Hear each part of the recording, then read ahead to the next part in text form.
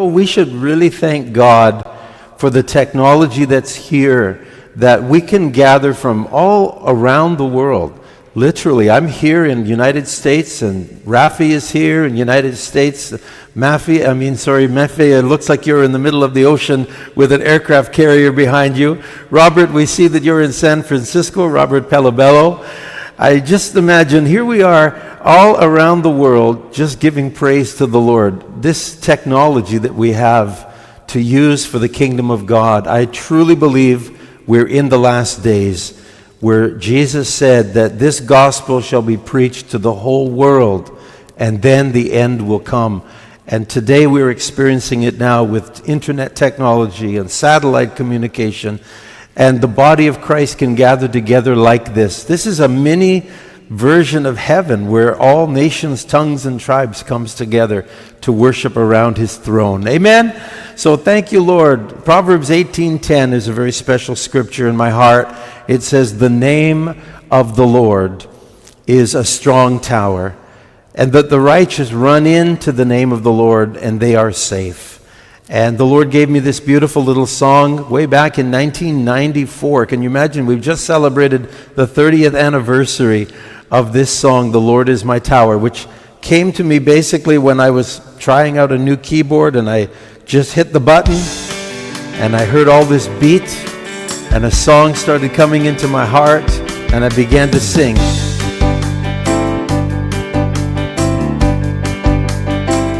For the Lord is my tower, sing with me, and he gives me the power to tear down the works of the enemy. In a difficult hour, he will crush the devourer and bring the powers of darkness underneath my feet.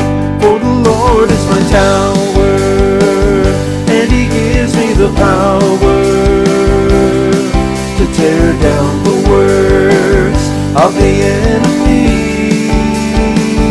In a difficult hour, he will crush the devourer and bring the powers of darkness underneath my feet. Now put your hands like this and say, "The Lord is my tower." Come on, everyone. Let me see you. Stand up with me. "And he gives me the power to tear down the works of the enemy." Give the devil a good kick. In a difficult hour, we pray. So put your hands like this. Say, "Help me, Jesus." He will crush the devourer and bring the powers. Now you just jump up and down right where you are. Try it this way. "And bring the powers of darkness underneath my feet." Come on, everyone, let's try it together. For the Lord is my tower, and he gives me the power to tear down the works of the enemy. In a difficult hour, he will crush the devourer and bring the powers of darkness underneath my feet. For the Lord is my tower, and he gives me the power to tear down the works of the enemy. In a difficult hour, he will crush the devourer. Yes, my Lord, and bring the powers of darkness underneath my feet. For the Lord is my tower, and he gives me the power to tear down the works of the enemy.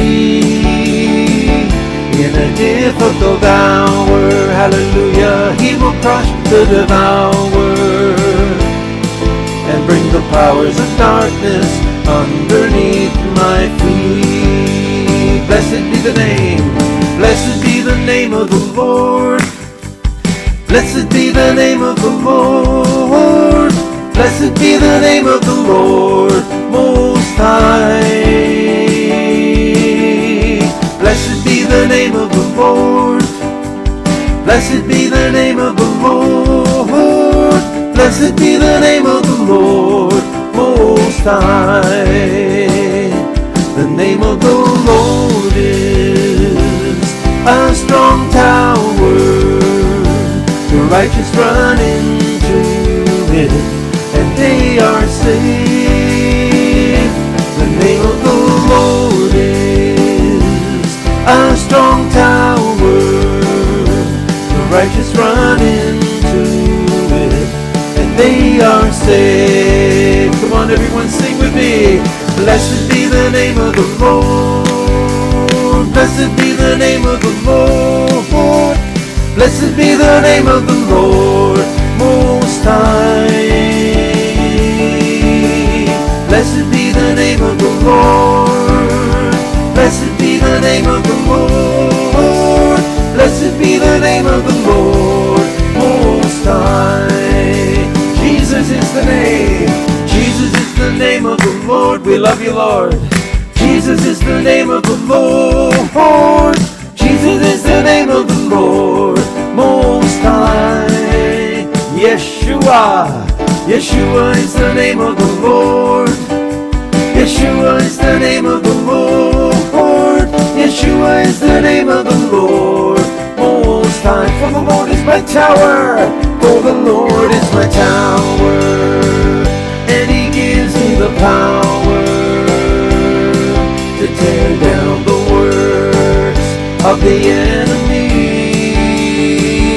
In a difficult hour, He will crush the devourer and bring the powers of darkness underneath my feet. For the Lord is my tower, and He gives me the power to tear down the works of the enemy. In a difficult hour, He will crush the devourer and bring the powers of darkness underneath my feet. And bring the powers of darkness underneath my feet. And bring the powers of darkness underneath my feet.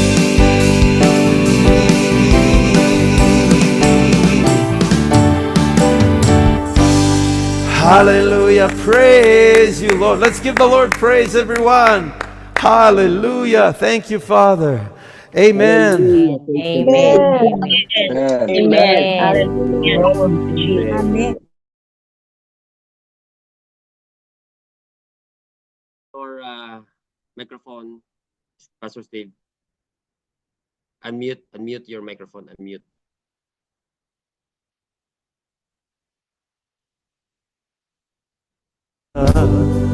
Let's just sing this beautiful chorus, everyone. Lord, I want to lift your name on high. And Lord, I want to thank you for all the good things you've done in my life. Amen. Praise the Lord. And Lord, I want to lift your name on high. And Lord, I want to thank you for the works you've done in our lives. And Lord, we trust in your unfailing love. For you alone are God eternal, throughout earth and heaven above. Lord, we want to lift your name on high. And Lord, we want to lift your name on high. Lord, we want to thank you for the works you've done in our lives. And Lord, we trust in your unfailing love.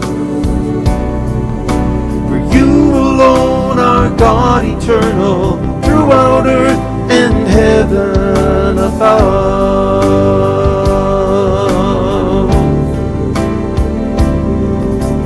Great is the Lord and most worthy of praise. The city of our God, the holy place. the joy of the whole earth.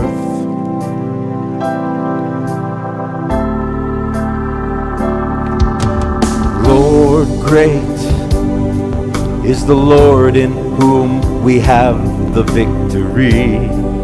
Yes, Lord. He aids us against the enemy.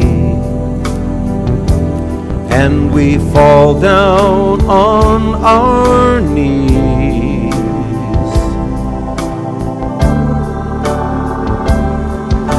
And Lord, we want to lift your name on high.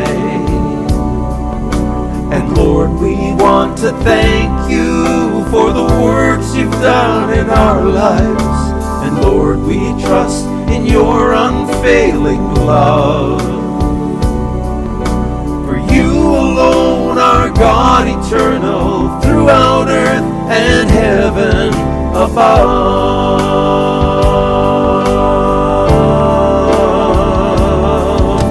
And Lord, we want to lift your name on high. And Lord, we want to thank you for the works you've done in our lives. Lord, we trust in your unfailing love. For you alone are God eternal throughout earth and heaven above. For you alone are God eternal throughout earth and heaven above. Blessed be the Lord God Almighty, who was and is to come. Blessed be the Lord God Almighty, who reigns forevermore. Blessed be the Lord God Almighty, who was and is to come. Blessed be the Lord God Almighty, who reigns forevermore.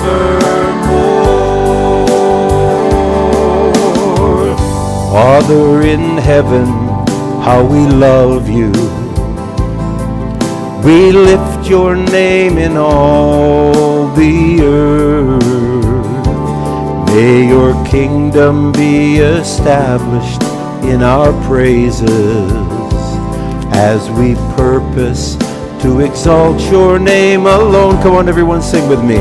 Blessed be the Lord God Almighty,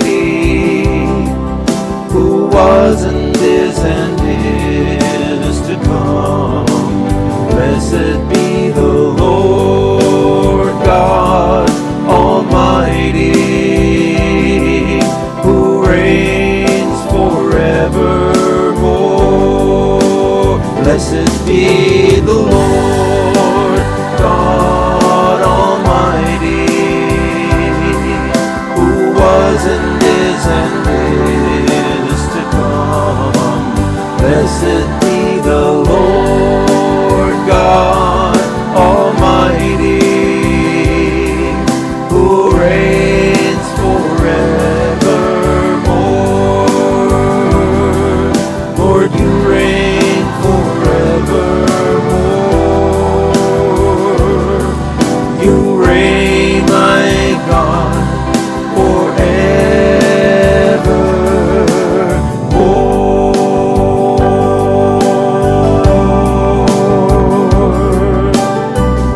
thank you, Lord. Hallelujah.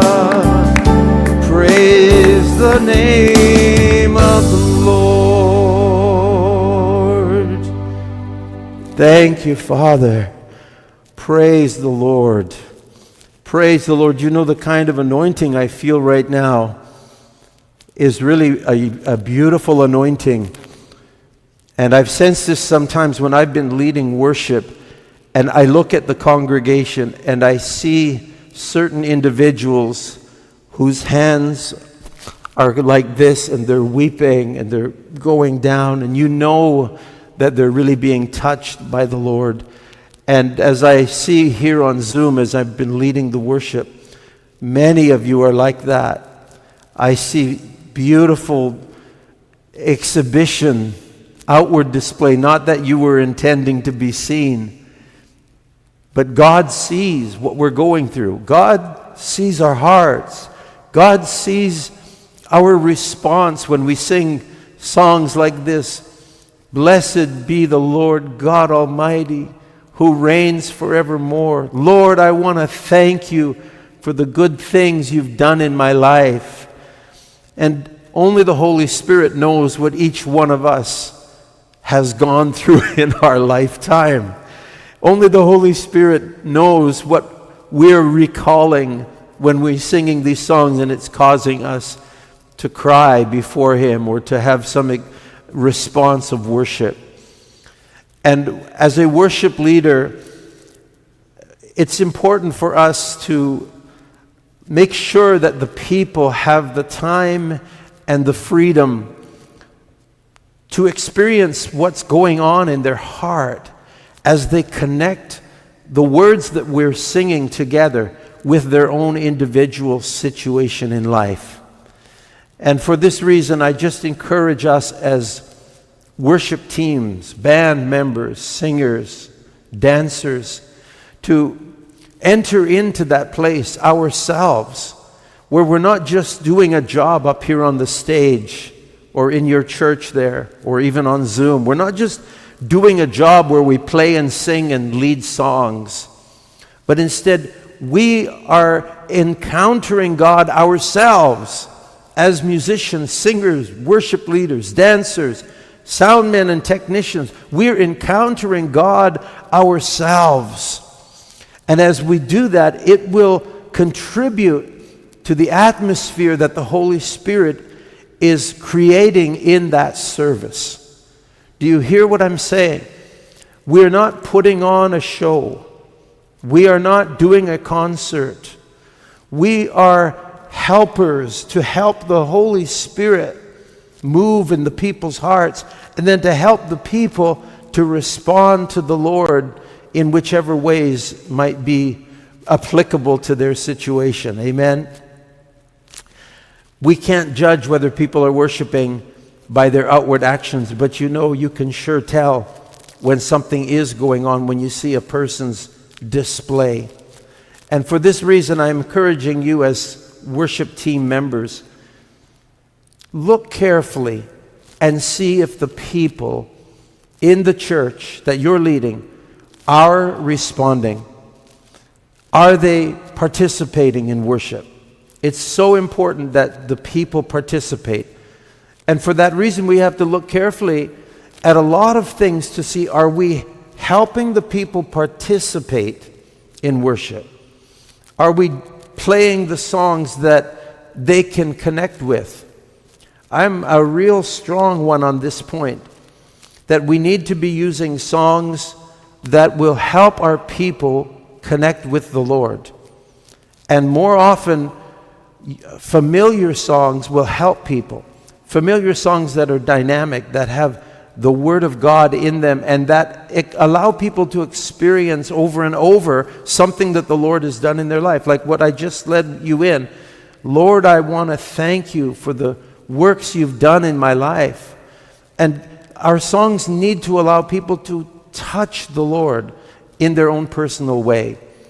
So as we are dealing now with this session, and Pastor Bishop Harrell asked me to address it to musicians in particular, to singers, to dance team members, and to the support ministries like the sound, the projection, the lighting.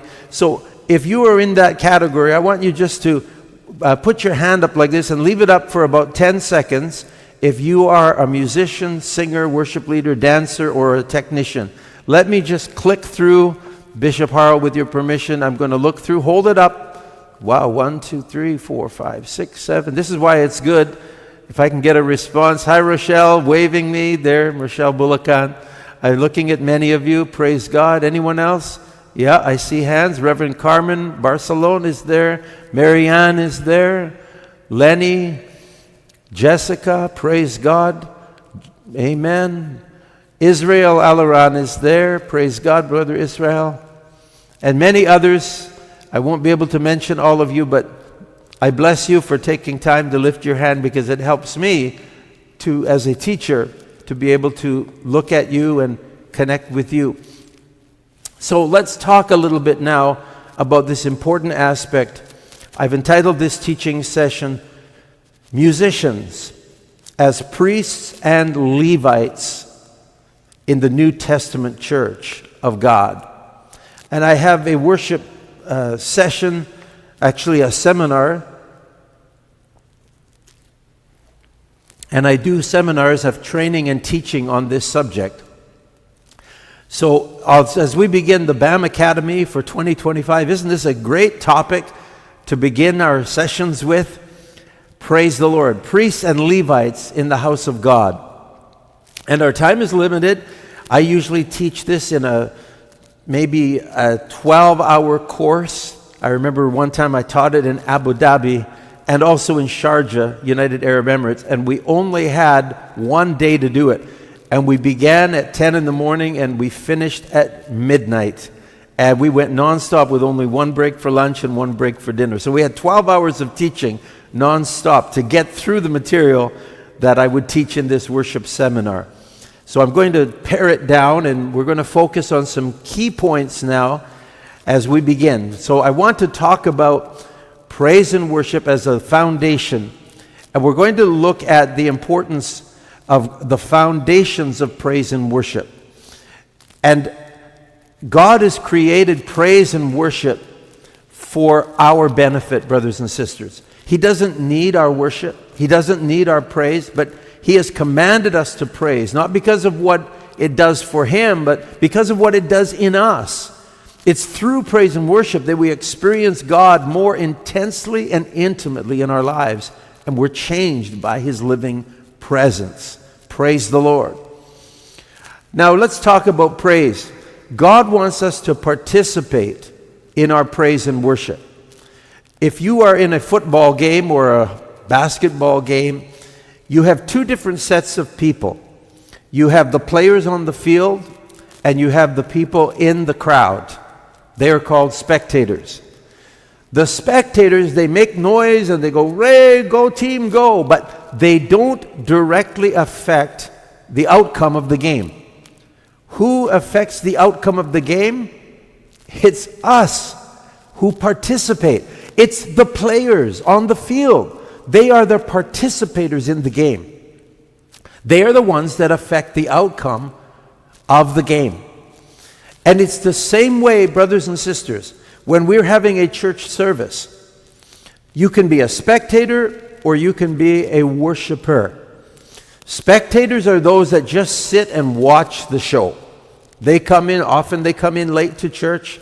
They're sitting there observing the band. They might even talk a little bit amongst themselves. "Wow, the band sounds great today. Look at that." They comment about sister's dress and attire, and somebody else that they're against. I don't like that guy over there. They're talking, they're spectators. But then you have those that are participating in the worship.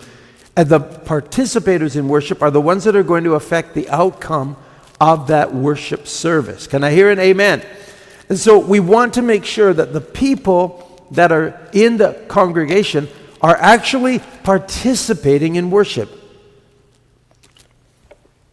What that means is they're getting involved. Their heart is being touched. They're exhibiting what would be demonstrations of being a participator. Now, someone said, "Can you worship the Lord if you're just standing at the back of the church with your arms crossed like this?" Can you be worshiping? Because there are some folk that they don't necessarily get too extravagant in their praise. They're not demonstrating. But sometimes when we get into worship, you'll see them and they're like this. And they can be participating in worship. with their eyes closed and their arms crossed, maybe leaning on the back of the wall. They could be participating, or they might just be asleep. You never know. But the truth is, there's a difference between praise and worship. Praise is always demonstrated in an outward fashion. It's visible. You can see it. You can hear it. Whereas worship is an intimate heart matter.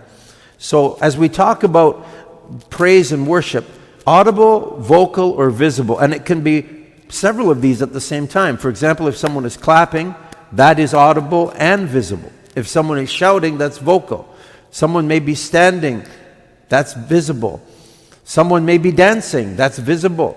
Maybe they're blowing a shofar, that's audible and visible. Praise God. But praise, according to the Bible, is an action word, whereas worship is a matter of the heart. So let's talk about this for a little bit more here. I'm going to do a song for you called The 7 Ways to Praise the Lord. And in it we have 7 words. So when you look at the Bible, the word praise, it can be directed to the Lord directly, or it can be indirect. For example, when we praise our child who did good in school, we can say to them, "Way to go, son. You got A+.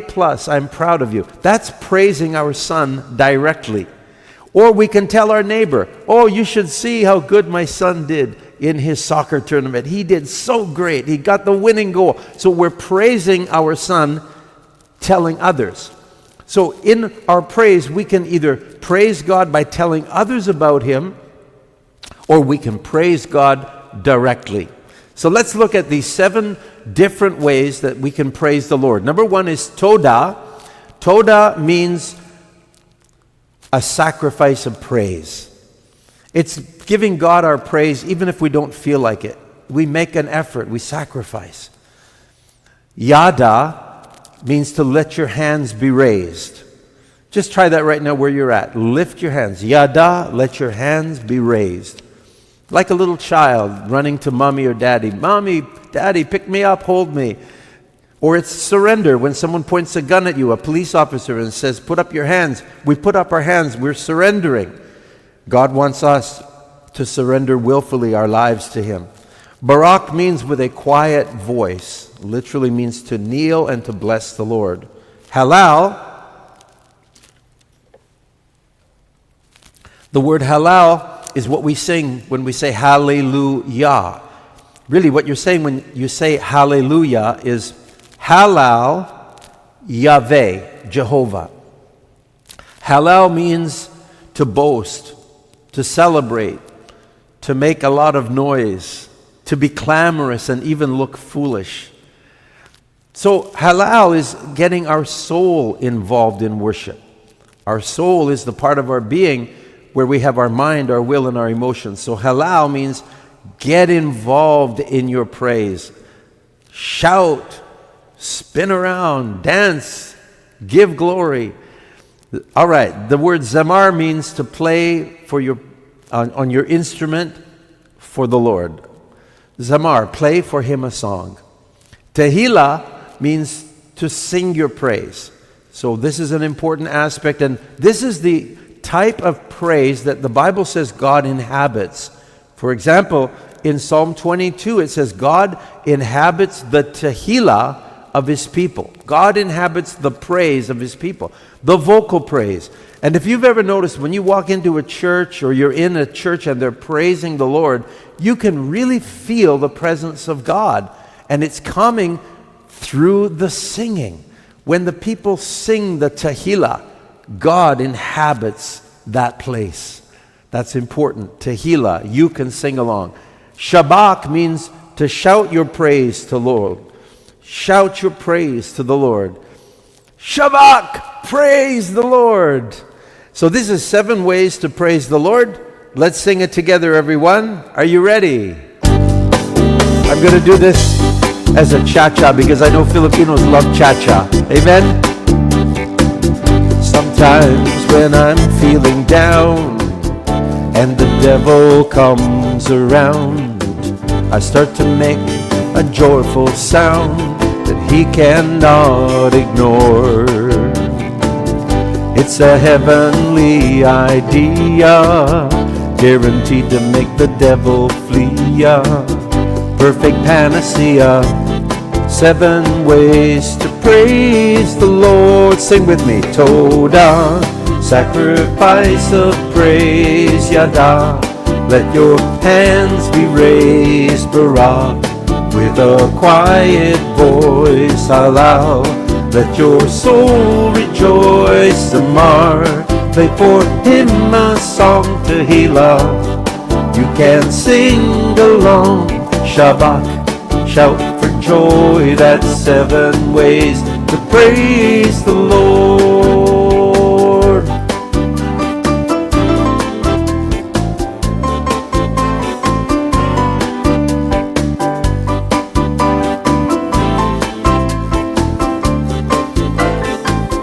Now listen carefully to this verse. The congregation has gone to sleep. The sermon must have been too deep. Pitiful sight, but at least they're all in one accord. Sunday services are very much like any cemetery.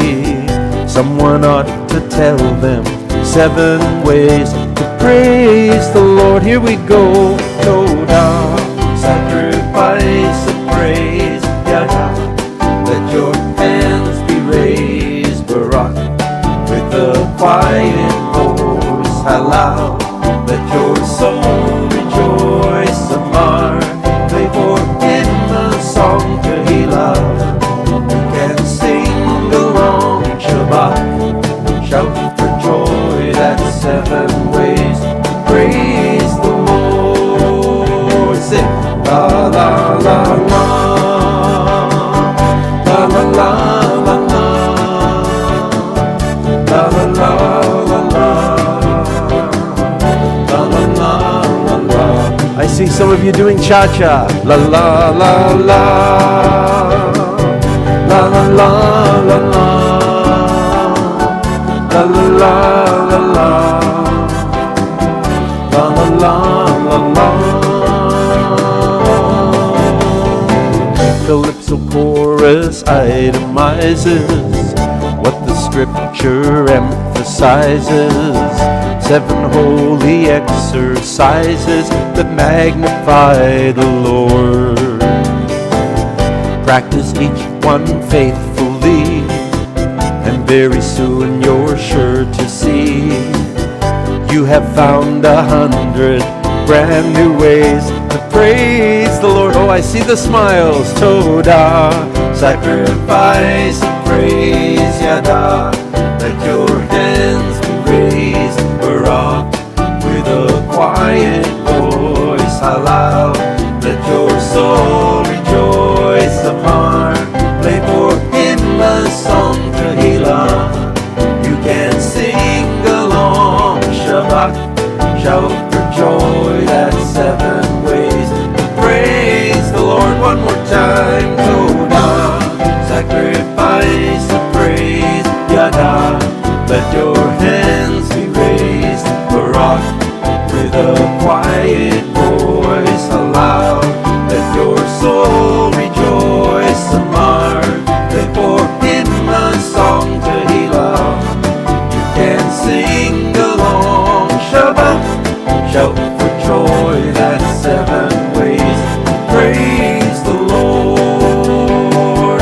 That's 7 ways to praise the Lord. Amen. Oh, praise God. I am sure enjoying watching your expressions.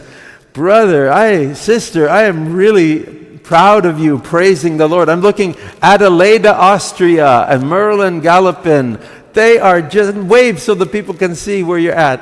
Wow, I tell you, they are just having such a good time. And that's just one out of, what do we have, 200 people who have Bishop Harrell today.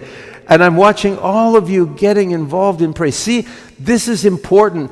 As a worship leader, we need to see that the people are getting involved. They're understanding what they're singing. They're not just mouthing words. And that's one of the reasons we need to be careful that we're choosing the songs that the people can connect with in their heart. And if we're always doing new songs, that can be difficult because people need time to get to learn songs. So if you're one of these worship leaders that likes to keep doing 3 or 4 new songs every week, oh, you're going to wear your people out. And do take time, please, to use some of the hymns, the beautiful hymns that have lasted hundreds of years in some cases in the church, still being in the hymnals. These are doctrinally sound words that we need to help the people to understand. So you know my heart about this. I love the hymns and I love the choruses and I love action songs. And so when you're doing songs in church, especially if your audience is Filipino, your congregation, make sure you do a few songs where they can express the actions, whether it's lifting hands, praising, clapping, doing the Lord is my tower, maybe doing a cha-cha. You never know, right? Use songs that the people can enter in and use in the practical way. So let's go back now to the teaching. These are the 7 different ways that we can praise the Lord. And I normally talk quite a bit about worship, the difference between praise and worship. Worship is really like love. We're giving worship unto the Lord. It's like a heart expression. The word in worship, Hebrew, is shakah. It means to bow down, prostrate, to pay homage. And there's a definite expression of bowing down. The New Testament word for worship, proskuneo, means to kiss toward, like a dog licking its master's hand. Isn't that a beautiful picture? And when we praise and worship the Lord, we are both expressing and we are kissing toward. Worship must be done in spirit and in truth. Jesus said in John 4:23 and 24, the Father is spirit. He's made of spirit. He's a spirit being. And those who worship him must worship him in spirit. Amen? We worship the Lord in spirit and in truth, which means according to God's word. Praise and worship are very different entities.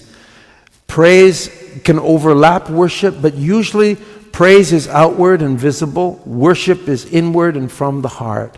Praise is kind of like dating. You know, you can date, I'll talk as a man now, I can date a girl looking for my wife, trying to find who's going to become my wife. I want to find that right person. I can date this one, I can date that one, I can date another. I'm trying to find the right perfect one. But then when I find that woman that I know this is the one I want to spend my life with, then I get engaged to her. I ask her to marry me, and hopefully she says yes. And once we are married, that commitment is there. That commitment is more like what worship is. Worship is a total commitment to the Lord. Whereas praise, it can be done on an outward level, and it can be done without that deeper commitment. There's lots of people that are good praisers in church, but they don't know how to worship. They don't have that deep connection with God. Some churches they're known as, oh, that's a praising church. Praise him, and they're just going crazy, you know. But then when it comes time to worship, you don't have that experience. So don't just be a praiser. You need to be a worshiper in spirit and truth. In my seminar, I go quite a bit deeper into the elements of what is praise and what is worship. But because today I want to move a little further now into some principles, let's go to the next part, talking about God being omnipotent. Now, if you hear the word, God is omnipotent, what does it mean? It means he's all-powerful. The expression, God is omnipresent, what does that mean? He's present everywhere. So let me ask you, is God present in the room where you're at right now? He is there. How about at the bar down the street where they're drinking and rollicking and having a great time? Is God present there? Yes, he is. God is present everywhere in the world and even in the universe. That's talking of his omnipresence. But there is another dimension of the presence of God that is what we encapsulate when we're talking about worship, and that is the manifest presence of God. Make sure you understand there's a difference between the omnipresence of God, which is everywhere, and the manifest presence of God. What do I mean when I say the manifest presence of God? Well, I'm going to use an analogy for you. Right now, in this room, and where you are, there are radio waves that fill your room. Radio waves and television waves. How about Wi-Fi? Anybody got Wi-Fi floating in their room right now? Now, can you see that? I can't see Wi-Fi signal. I can't see television. I can't see radio. But a receiver that can tune in to the right wavelength will then display the picture on your television. A radio receiver tunes into the radio frequencies, and what happens when a TV or a radio tunes into the frequency? What do you see on the screen? You see the picture. What do you hear? You hear the song on the radio. A receiver is what manifests the invisible wavelengths. It brings it so that it can be seen or felt or heard or revealed or understood. And so to this, if we want to manifest the presence of God, we want to hear Him, see Him, feel Him, experience Him. So the manifest presence of God is what we're searching for when we have a worship service. We want to experience God. We want the people to experience God.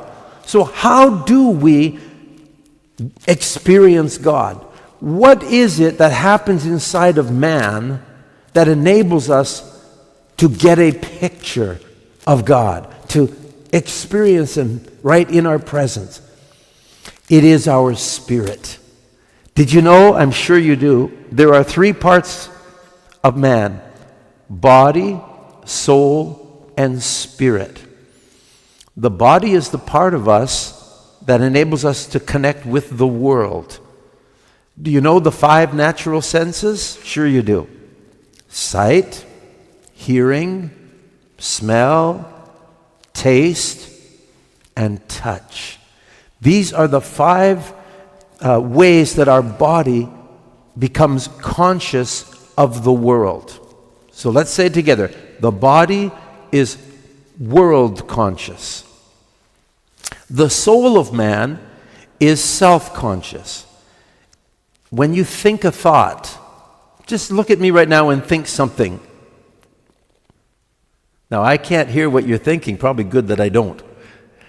But what you just thought was an expression of your soul, part of your mind at work. Your willpower, when you decide, I'm going to raise my hand, it was your willpower that caused your body to lift that hand. You made a choice. It's called volition, willpower. And the last is, hold on, my throat, I need a little drink. Thank you, Lord.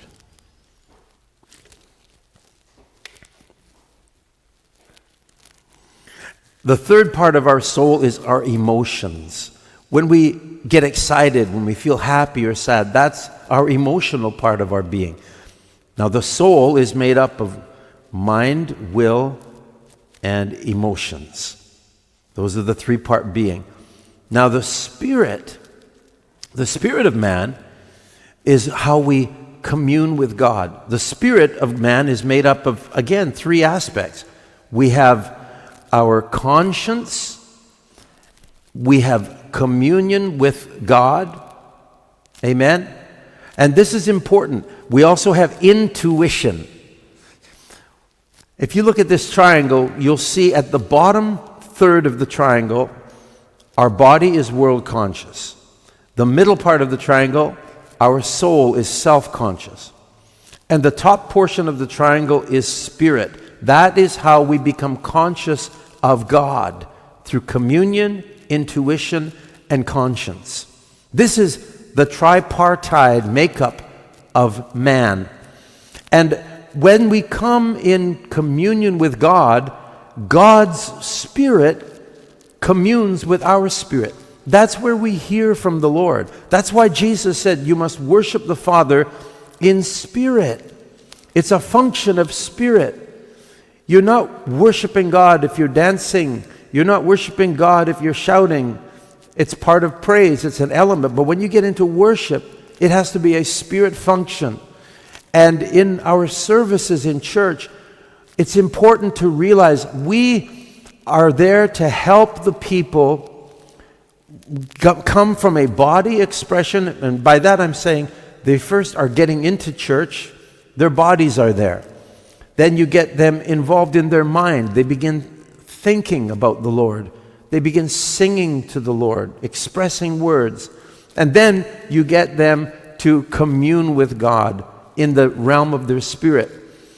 And this three-part function of man is prefigured in the tabernacle that God spoke to Moses when they had just come. The children of Israel had just come out of Egypt. You remember bondage and slavery. They came through the Red Sea.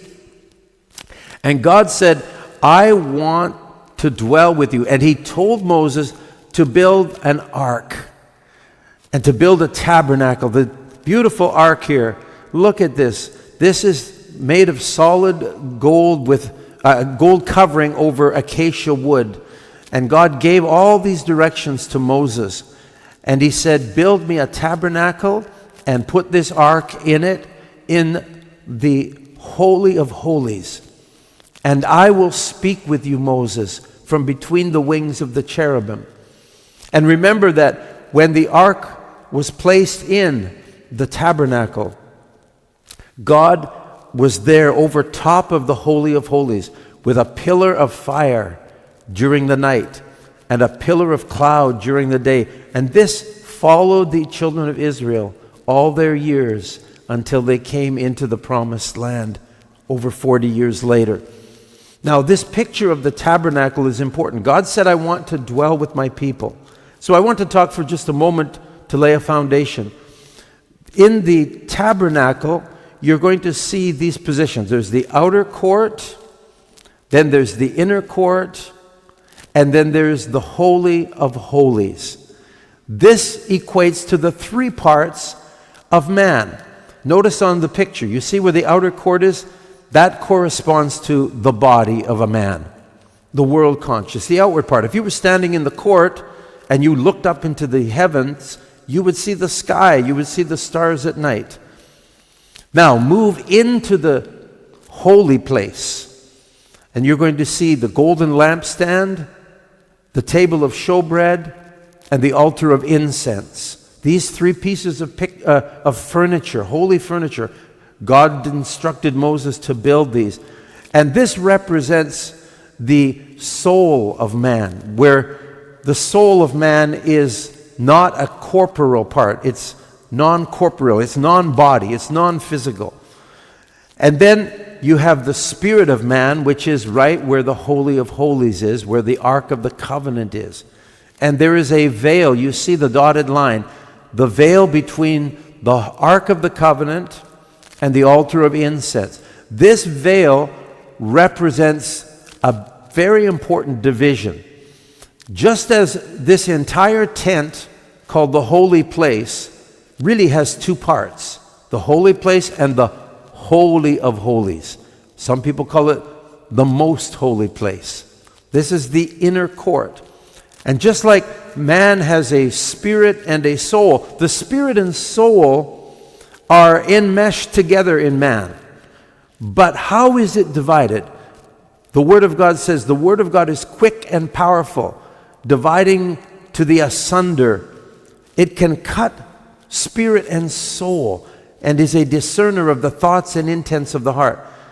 We can move from soul to spirit when we declare the Word of God and Rhema hits our heart. And then our spirit begins to respond. We encounter God when we worship in spirit. And that happens when we're singing songs. And in order to understand true worship, it's not part of soul, it's not part of body. Each of us as musicians have to learn how to function in the realm of the Spirit. The only possible way for our congregation members to truly worship God is in the realm of the Spirit. So if you're a musician or a worship team and you play good songs, you sound just like the YouTube version of Elevation or Jesus Culture, you sound just like it. You even have the same inflections that the worship leader does. I remember Darlene Check. She was one of the great worship leaders in the late 1990s, and she would always say, "Come on, church!" Remember? "Come on, church!" And I would start hearing worship leaders, especially ladies, starting to say that all over the world. "Come on, church!" You know, we can emulate what the great worship leaders are doing, but just because we look and sound on the outside like what they look and sound like, doesn't mean that the people are worshiping. Doesn't mean that they're involved in worship. Worship is a spirit function. So brothers and sisters, we have to become worshipers ourselves. If you as a musician are going to have a direct effect on the outcome of the worship service, you have to be a participator in worship. You have to be a worshiper yourself. You can't just point and say, "There's the Holy of Holies. Come on, everybody. Go there. Go, church. Go, congregation. There, the Holy of Holies. Go.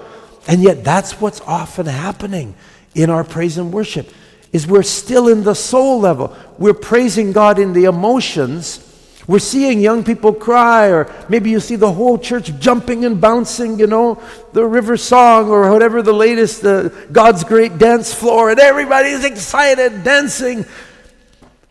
But they're missing the Holy of Holies.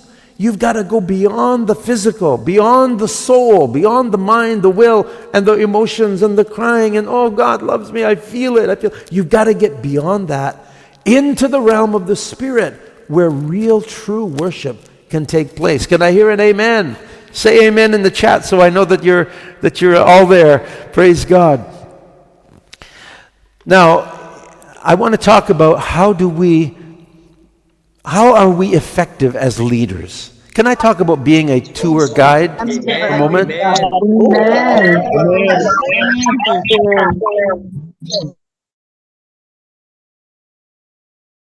Please open your microphone again, Dr. Steve.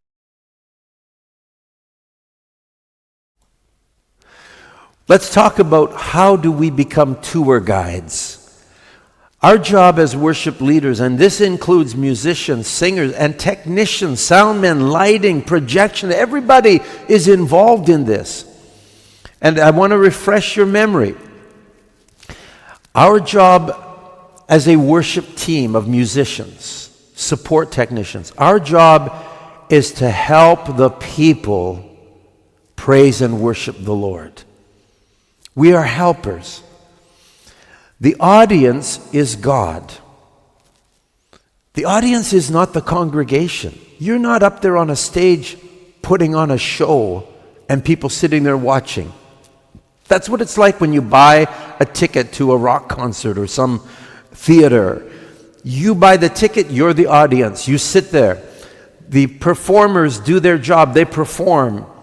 And then the lighting and technicians are helpers. It's not that way in a church service. In a church service, in worship, God is the audience.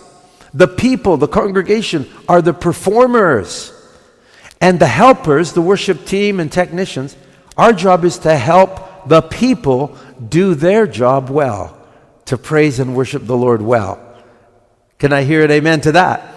That's so important to realize. Now, if you're going to be a worship leader or a musician or sound technician, your job is to bring the people into the Holy of Holies. Not just to point to them and say, "Go," but to literally make the progression yourself. You're going to take the steps through your song service, through the choice of lighting, through the words that you project on the screen and the font that you use, the background colors. If you happen to be one of these blessed churches that are using now multimedia, and colors on the stage. You be really careful about what you're choosing to make sure that everything you do enhances the worship experience and doesn't get in the way, doesn't distract. I remember one time I was watching a worship leader in India. They had almost 1 million people in this crusade, and they had a huge sound and technical and lighting setup.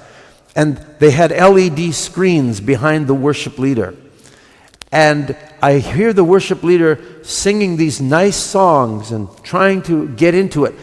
But the flashing of the lights behind the person, so distracting, so blinding, so incongruous with the theme of worship. We're supposed to be coming to the throne of God. You don't want to have bright, flashing lights, strange things going on the stage. I remember one time I was leading worship.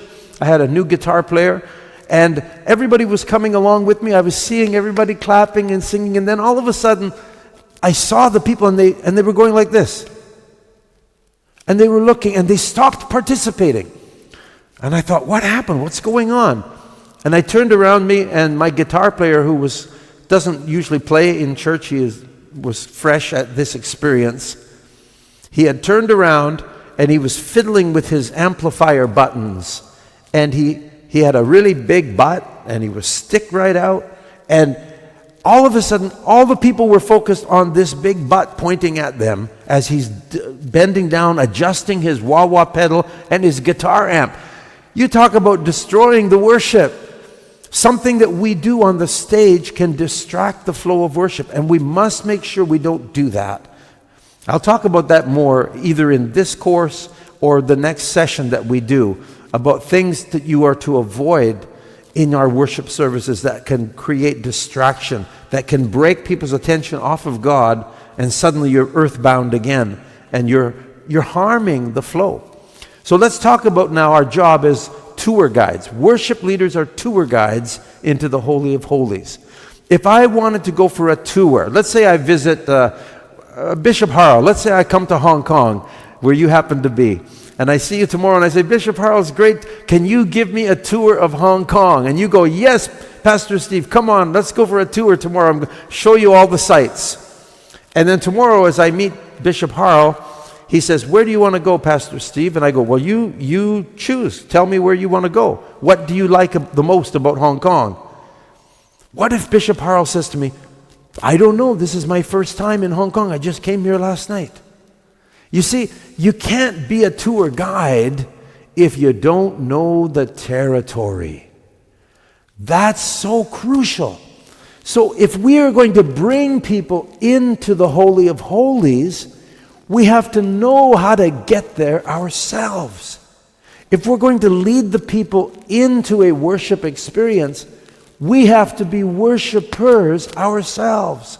That's how we can truly be effective worship leaders.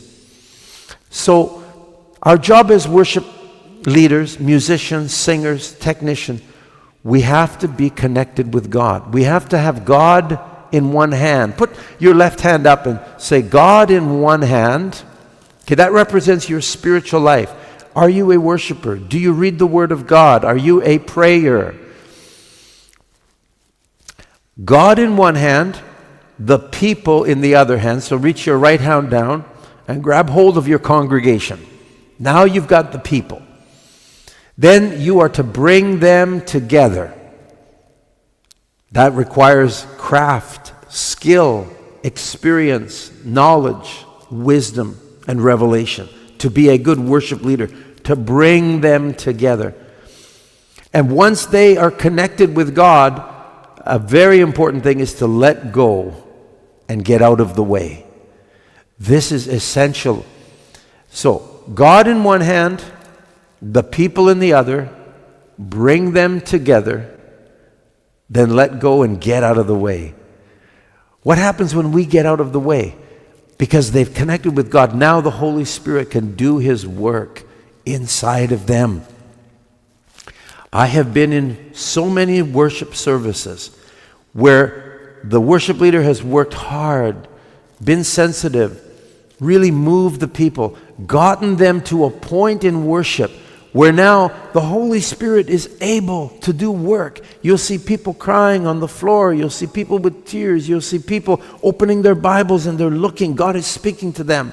But then a good-meaning pastor will come and say, he comes to the pulpit and suddenly he says, "You may be seated." Ha! What happens when a pastor says, "You may be seated"? Well, the Holy Spirit was flowing, moving. People were about to receive prophetic word from God. Maybe someone was going to give a prophetic word to the congregation, or someone was speaking in tongues and awaiting God to give an interpretation. Something is happening in that spirit. But when the well-meaning pastor comes, and he's just getting off his chair because the worship is now over, and he comes up to the pulpit because his mind is thinking, okay, I've got a set time limit. I've got to get on with the program. Everyone say program. And the pastor says, "You may be seated." Because at that moment, that prophetic flow is suddenly stopped. You've seen it, right? "You may be seated." And the atmosphere is just cut like that. So as worship team members, we can do our beautiful job, bring people, but then the pastor needs to be able to be sensitive to follow up on that. I praise God for my pastor, Doug Lynn, taught me to be a sensitive worship leader.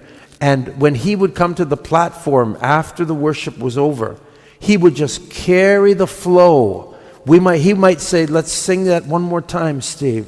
He would just allow the Spirit. He might say, "Someone has a prophetic word. Come, the microphone is open here at the front of the church. Come forward and speak what the Holy Spirit is giving you." Because God wants us to participate in worship. And if we break it, we break the flow. And maybe God wanted to take that worship service into a whole powerful direction that we hadn't planned for. Well, are you going to get in the way of God because of your program?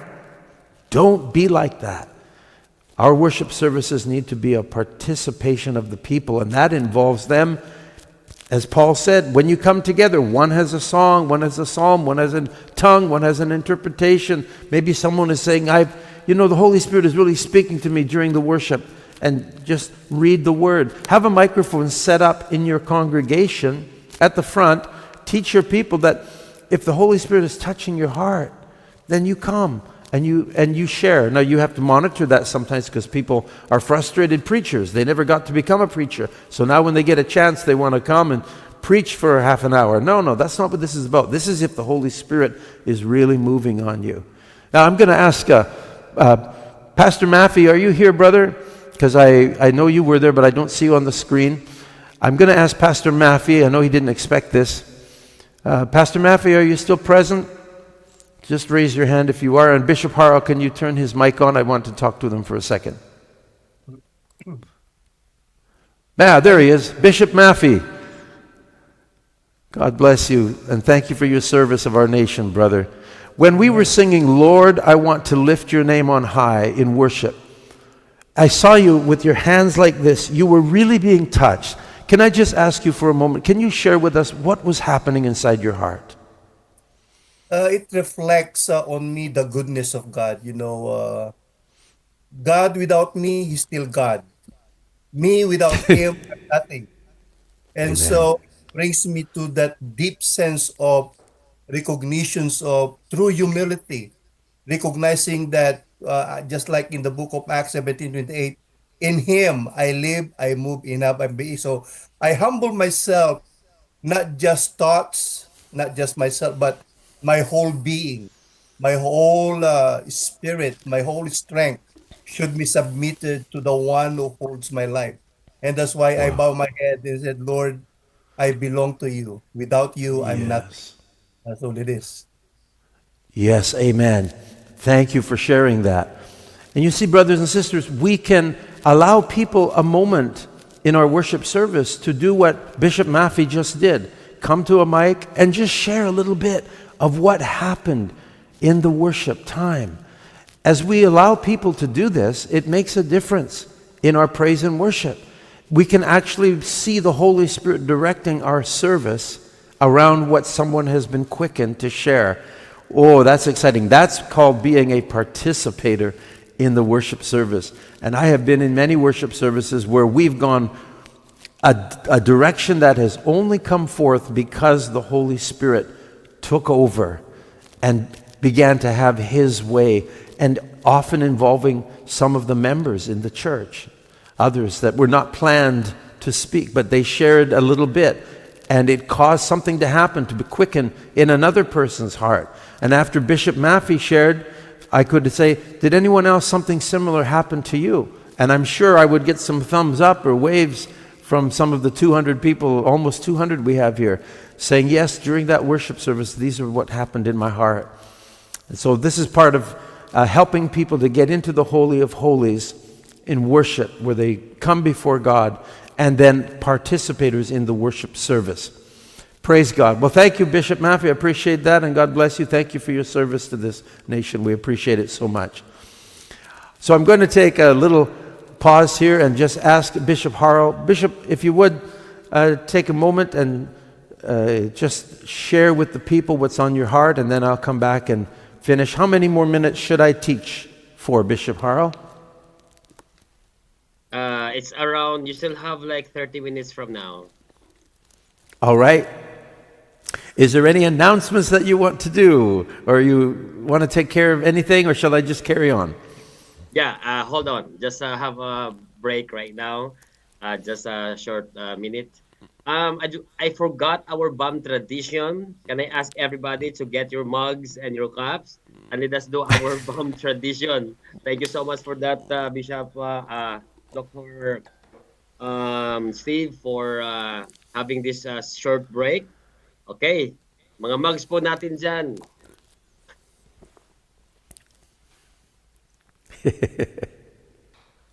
Okay, are you ready, everyone? Okay, Faith, let us have our BAM Academy tradition. This is BAM tradition. Everybody, 1, 2, 3, and smile. Another slide, 1, 2, 3, and smile. 260 participants, 1, 2, 3, and smile. Wow. 1, 2, 3, and smile. Another slide, 1, 2, 3, and smile. There are 10 slides here. 1, 2, 3, and smile. Another 1, 2, 3, and smile. Hold on. 1, 2, 3, and smile. Oh, up. Not yet, not yet. 1, 2, 3, and smile. 1, 2, 3, and smile. Last slide. 1, 2, 3, and smile. Everybody, cheers for Jesus. Open your microphone and shout, cheers for Thank Jesus. you, Lord. Hallelujah. Praise the Lord. Jesus. Praise the Lord. Hallelujah. Thank you, Lord. Jesus. Cheers. Okay, thank you very much. Okay, before I give back to our Professor Steve Cuban, by the way, enrollment period, according to a lot of people that are here, Bishop, is it still open for the enrollment? Yes, uh, according to our public, demand. Close na sana tayo yesterday. It's supposed to be closing the enrollment. But to God be the glory. Right now, we are almost 1,000 enrolled students. Praise the Lord. Almost like around Wow. 800 plus enrolled student. Palakpakan po natin si Jesus. Amen. Amen. Amen. 1,000 because there are Africans, Pakistan brothers, and that we have here right now. They cannot join us because of the time. That's why we are planning to put this.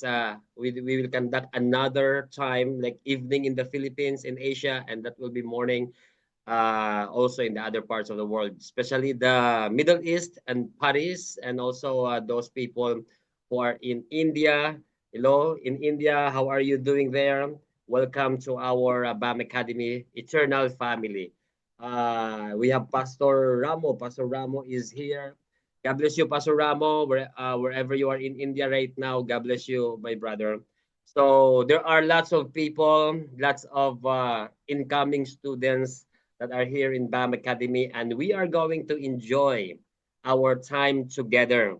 And I am here from Hong Kong, the Church of United Church of God Ministries. Again, thank you so much, Pastora Jolie Roldan, for ushering me, accommodating me here. And of course, the leaders of in this church and the graduation for tomorrow. Kaya nga po, if you are in Hong Kong, see you tomorrow morning. And even afternoon, I will be in Central. And also, I will be in Pastor Bong, Bishop Bong Hermosa tomorrow afternoon. That will be 4 o'clock in the afternoon. If you are here in Hong Kong, see you there in Central tomorrow afternoon. And of course, I will be in Macau on Monday. I will be in Macau. If you are in Macau, please message me and we can, having coffee together and we are going to spend time there. And I will be back in the Philippines on Wednesday, March 5, and going back to Sirio on March 7. So, by the way, I would like to tell everybody we are now acquiring or renting a place for our BAM Academy. We are now acquiring a new place for BAM Academy. Physical building po ito, malaking building. And we will be ushering the students from all over the world. We will be having our headquarters there in the Philippines.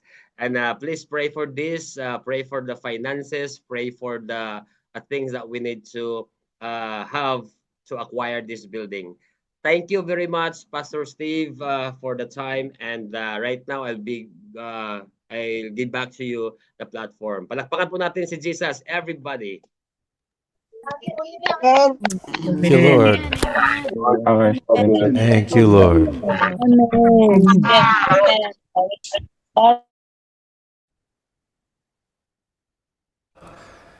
Praise God. Okay, everyone, let's carry on. I want to talk now about God's presence being with us. And the Ark of the Covenant, what did it do?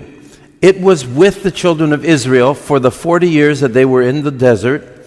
And then when they crossed the Jordan River under Joshua, the priests carried the ark on their shoulders.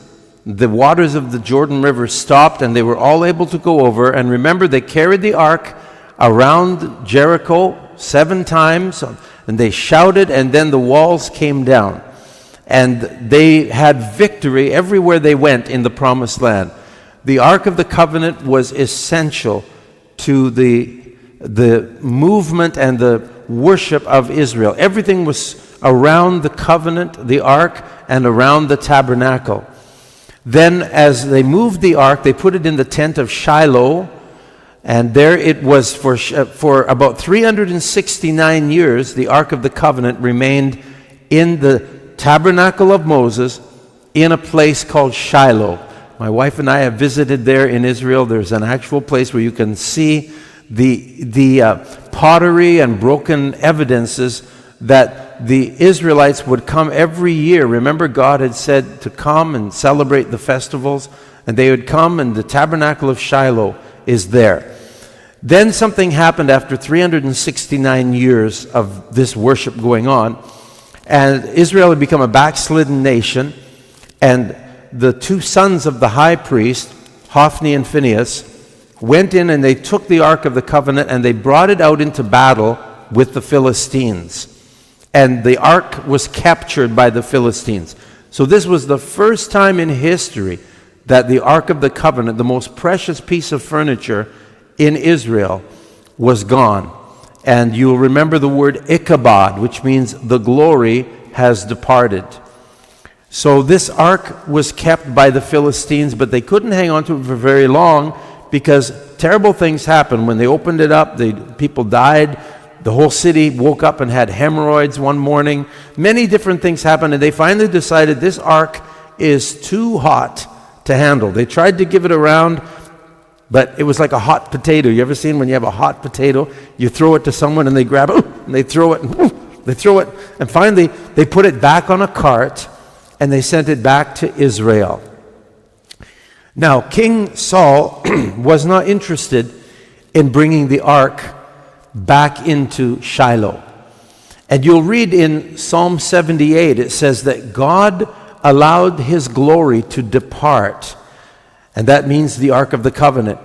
And it was never to return again. So it was taken out of the Holy of Holies, and it never went back in to the tabernacle of Moses, because now God was doing the next phase of his pattern for us, which was the temple that Solomon built. But when King Saul was alive, he wasn't inquiring of the Ark of the Covenant. He didn't want to hear what God had to say. But when King David became king, what was the first thing he said? We need the Ark of the Covenant. We need the presence of God back to Israel. Amen? And David brought the Ark of the Covenant back. You can read about this in 2 Samuel 6. But he brought it and he put the ark on a cart, and he pulled it with oxen. And David's first attempt was a failure, and God's judgment came upon the high priest Uzzah. Uzzah touched the ark, and immediately he was smitten dead. So talk about raining on your picnic. David was having a great party, bringing the presence of God back to Israel, and now Uzzah has died. David sought the Lord for 3 months to see, what did I do wrong? He was very careful concerning the ark. He sought the Lord for 3 months, and during those 3 months, God revealed to him that the ark of the Lord must be brought in the prescribed manner. Can you underline that? In the prescribed manner.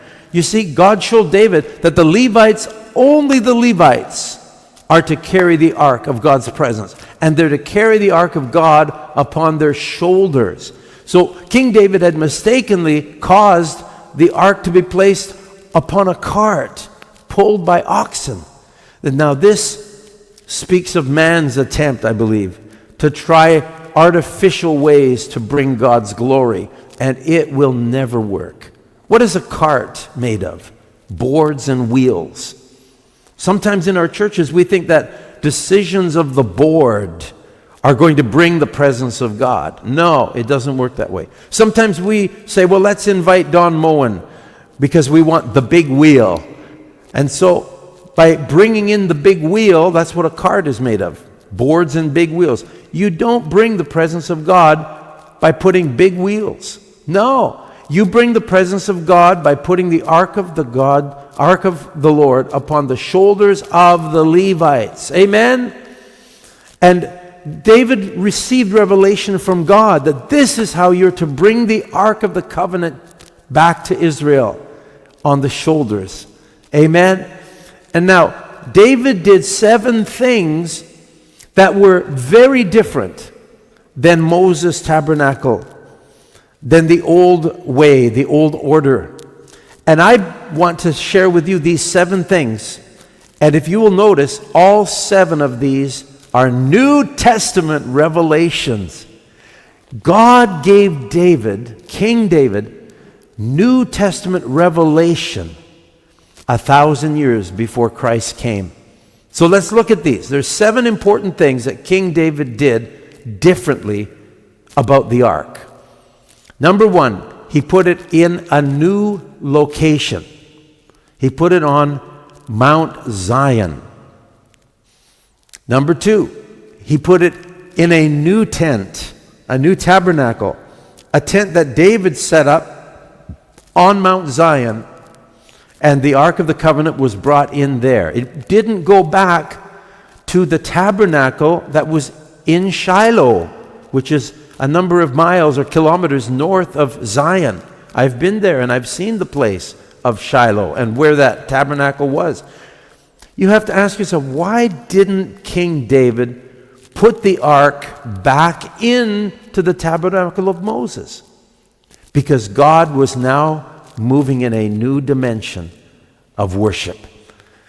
And David was receiving now New Testament revelation about the presence of God and the ministry of musicians. And that's why I'm sharing about this. Because if we as musicians want to understand our ministry from the Word of God, we have to understand what the Word of God teaches about music, Levitical ministry, and all of that aspect that we will see in David's tabernacle. Number 3, David established a new priesthood.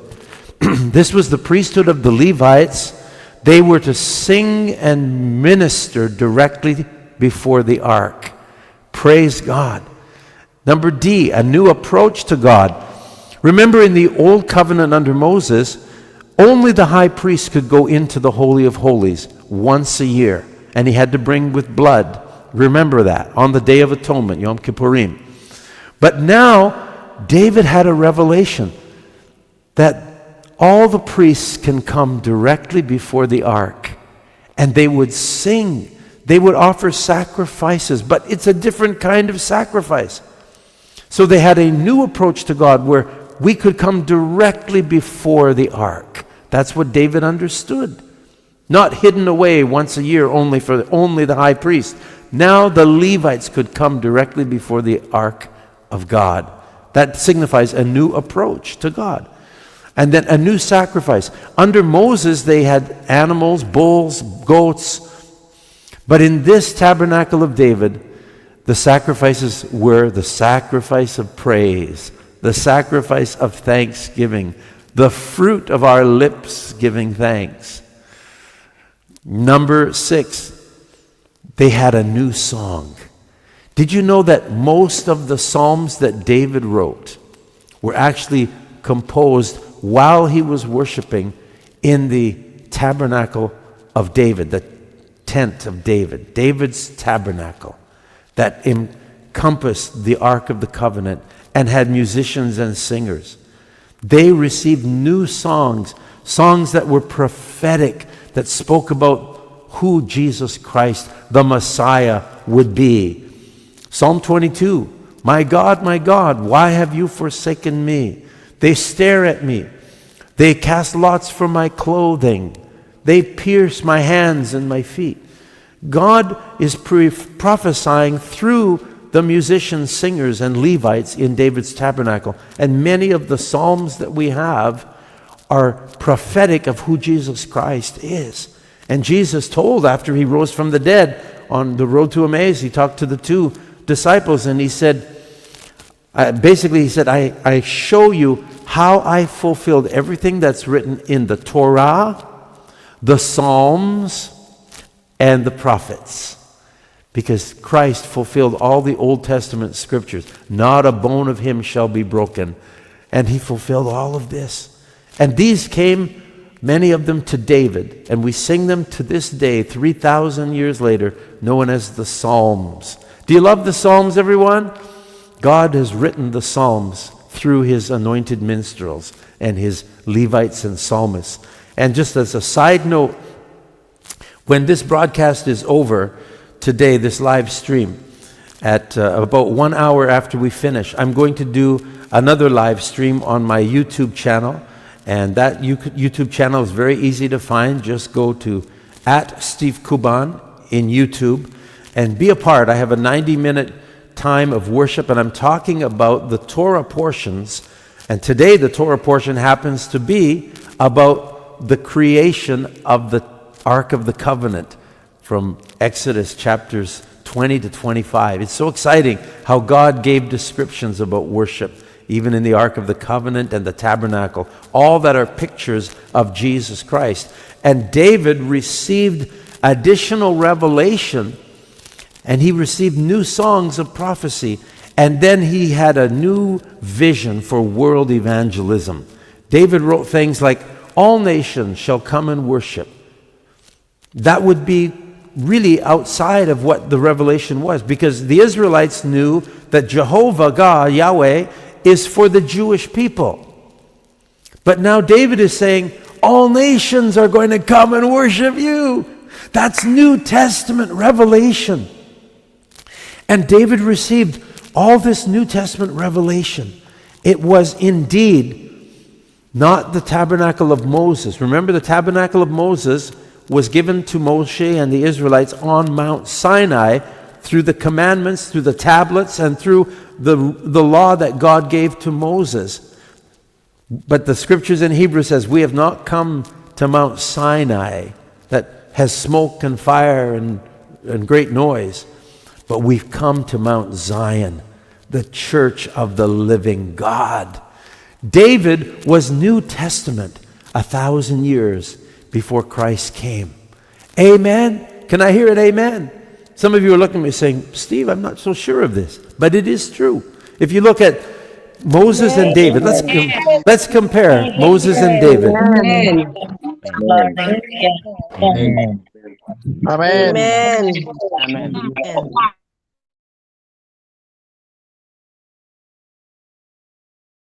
Let's compare the difference between Moses, David, and the New Testament.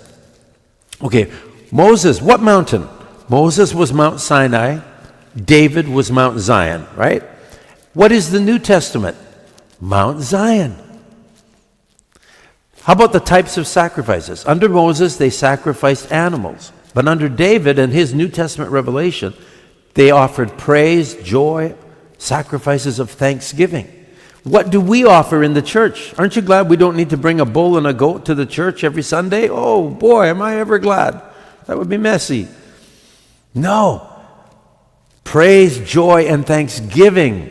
We bring the sacrifice of praise into the house of the Lord. The sacrifice of thanksgiving. The fruit of our lips, giving thanks. What about the issue of candles and incense? Under Moses, they were an important part. But you won't see that in David's tabernacle. And in the New Testament church, we're not really concerned about candles and incense burning in the church, are we? How about our approach to God? In the tabernacle of Moses, only the high priest could go in. But in the church, it's the same as what happened with David. There was non-stop music, day and night, for 40 years when David was the king. Mount Zion. Well, I'm not sure if it was exactly 40, but about that. And in the New Testament church, all of us, we are all priests. Can I hear you say it? We are all priests and are to come boldly before God. That's the New Testament revelation. So David, who put the Levites, who sang before the ark, he was given a New Testament revelation 1,000 years before we all, through the blood of Messiah, Yeshua, were able. The veil was torn. Now we can all come boldly in. Praise God. The role of music. Did you know in Moses, there was not that much music, very little music in the tabernacle of Moses. But in the tabernacle of David, they had non-stop music day and night for 40 years. What about the New Testament church? Yes, singing and music are an integral and an essential part of our worship. Some churches, they have 24 hours praise and worship at seasons in their church. Let's just have that. Around the world, there are people worshiping right now. Do you know that on Sunday, it begins early Sunday morning in the new international dateline? I believe one of the nations there that's first, New Zealand, and some even before that, they start praising and worshiping Sunday morning. And then it moves to Australia, the church services, and Japan. The Philippines is now worship time. And then into Bangkok and Thailand, Singapore.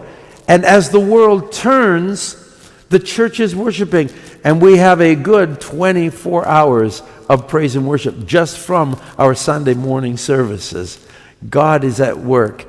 And David had a prophetic revelation of this. What about the issue of prophetic music? You won't see in Moses' tabernacle much when it comes to prophetic music. You have his song when the horse and rider, when they had the deliverance from the Red Sea. You'll see a little bit of other things. You'll see a psalm by Moses later, Psalm 90. But you'll also see under David, many prophetic psalms were inspired in the tabernacle of David, where the Ark of the Covenant was for those 40 years. And so in the New Testament, it's very important. Prophetic music ministry is important to the New Testament church. And we have to enact God's will, and that's why we need to hear from Him. I praise God for the prophetic songs of the Lord. I remember when I was singing a concert in Kuwait, 4 Filipinos, I was told, had been beheaded. And this was recent. And I went on the stage and I felt bad for these Filipinos that had been beheaded. And there in the middle of worship, the Holy Spirit spoke to me and said, I want to sing over my church. And God gave me that song. I will fight for you. I will fight for you. The power of my spirit, says the Lord. I will fight for you. I will see you through, my child. By the power of my spirit, says the Lord. Sing it with me, everyone. I will fight for you. I will fight for you. By the power of my spirit, says the Lord. I will fight for you. I will see you through, my child. By the power of my spirit, says the Lord. And then I went to Dubai and I shared that song with the people. I said, the Lord gave me a new song when I was in Kuwait called I Will Fight For You. And as I sang it to them in King's Revival Church there at Trinity Center in Dubai in April of 1998, and as I taught them, the Holy Spirit said, now I want you to sing the verse, Steve. I'm going to sing the verse to my people. And I sang this. In the day of the battle, you'll be fearless. In the midst of the storm, you will prevail. As you lift up the mighty name of Jesus, know, my church, that you will never fail. 'Cause I will fight for you. Sing it. I will fight for you. By the power of my spirit, says the Lord. I will fight for you. I will see you through, my child. By the power of my spirit, says the Lord. By the power of my spirit, says the Lord. Hallelujah. We need prophetic songs in the church. We need the people to hear the voice of God. And you will see this in David's tabernacle. We see these psalms being written prophetic of Yeshua, Messiah, Yeshua, Jesus Christ. And in the New Testament church, they should be a part of our worship services. Make sure you allow time in your worship service. Make sure you practice as a band to be able to get the flow, to be able to think as one, so that as the Holy Spirit will lead us, we'll begin to receive prophetic revelations and sing new songs. Praise God. And the seventh aspect I want to say here, missionary outlook. Moses did not have a missionary outlook because Jehovah was for the Israelites only. But under King David, he understood God is bigger. He has a plan to reach the nations. All nations shall come and worship Yahweh. In the New Testament church, we're made up of many tongues, tribes, nations, all worshiping the Lord together. So this, I hope, will help you to realize King David, when he brought the Ark of the Covenant back to Israel, didn't put it back in Moses' tabernacle. God was finished with that order. And now there was a new place of worship, Mount Zion, the church of the living God. And you will see this borne out in scriptures. If you look at Amos 9:11 and also Acts chapter 15, verse 16, it says, the tabernacle of David shall be restored. And indeed, praise and worship are being restored in the church worldwide. We are fulfilling the scriptures in Joel and Amos and Acts. True praise and worship is being restored in the body of Christ. You'll see it on the internet. Praise and worship are just flowing worldwide like never before. Why is that? Because God is preparing His bride, the bride of Christ, in order to bring in the harvest, the Gentiles, and the nations to Yeshua, Jesus, our Lord. Amen. So the conclusion of this section, the tabernacle of David is a New Testament revelation, and it serves as an appropriate model for what New Testament worship and New Testament music ministry should be. And everyone said, amen. Thank you, Pastor Steve, for sharing that foundation. Amen. Amen. Amen. Amen. Amen.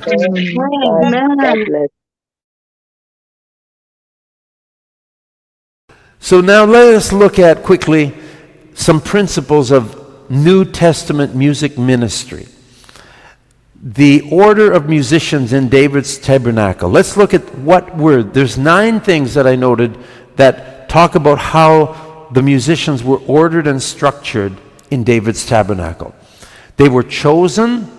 They were set apart. Do you choose and do you set apart your musicians? Make sure, pastors, you pray over them in the presence of the whole congregation, saying, these are those that we have anointed to carry the ark of God's presence Sunday and every service. Amen.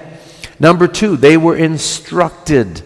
Yes, from the age they were 5, the Levites began to learn how to play instruments, how to carry on their responsibilities in the tabernacle of Moses. And you'll see this in 1 Chronicles 15:22, 25:7, 2 Chronicles 34:12. If we had time, we would look at all those scriptures, but make a note. The musicians were involved day and night in the tabernacle. Did you know David had 24 worship teams, and they did 1-hour rotations for 24 hours a day? So the 3 a.m. group, they would sing and worship before the Ark of the Covenant from 3 a.m. to 4 a.m. Then they would move off and the 4 a.m. group would come. Yes, it's all there. I have charts and scripture showing all of this material. It's in God's Word. David received New Testament revelation about the ministry of musicians and Levites in God's house. They were employed day and night in the tabernacle and in the temple too. Praise God. Now, number 6, they were in charge of the song service. You'll see this, 1 Chronicles 6, verse 31. They are responsible. And in our churches, but the pastor should not have to be the one to choose all the songs. It should come from the heart of the one who is set apart to be a worship leader. Amen? They are in charge of the song service. It's their responsibility. Make sure you have the chords. Make sure you have the projection. Make sure you have the sound. Make sure you have the rehearsal. Make sure you have the sound check. Make sure everything's in place so that on Sunday morning it flows like a river. No problems and no feedback. All of this needs to be taken care of. This is part of your responsibility.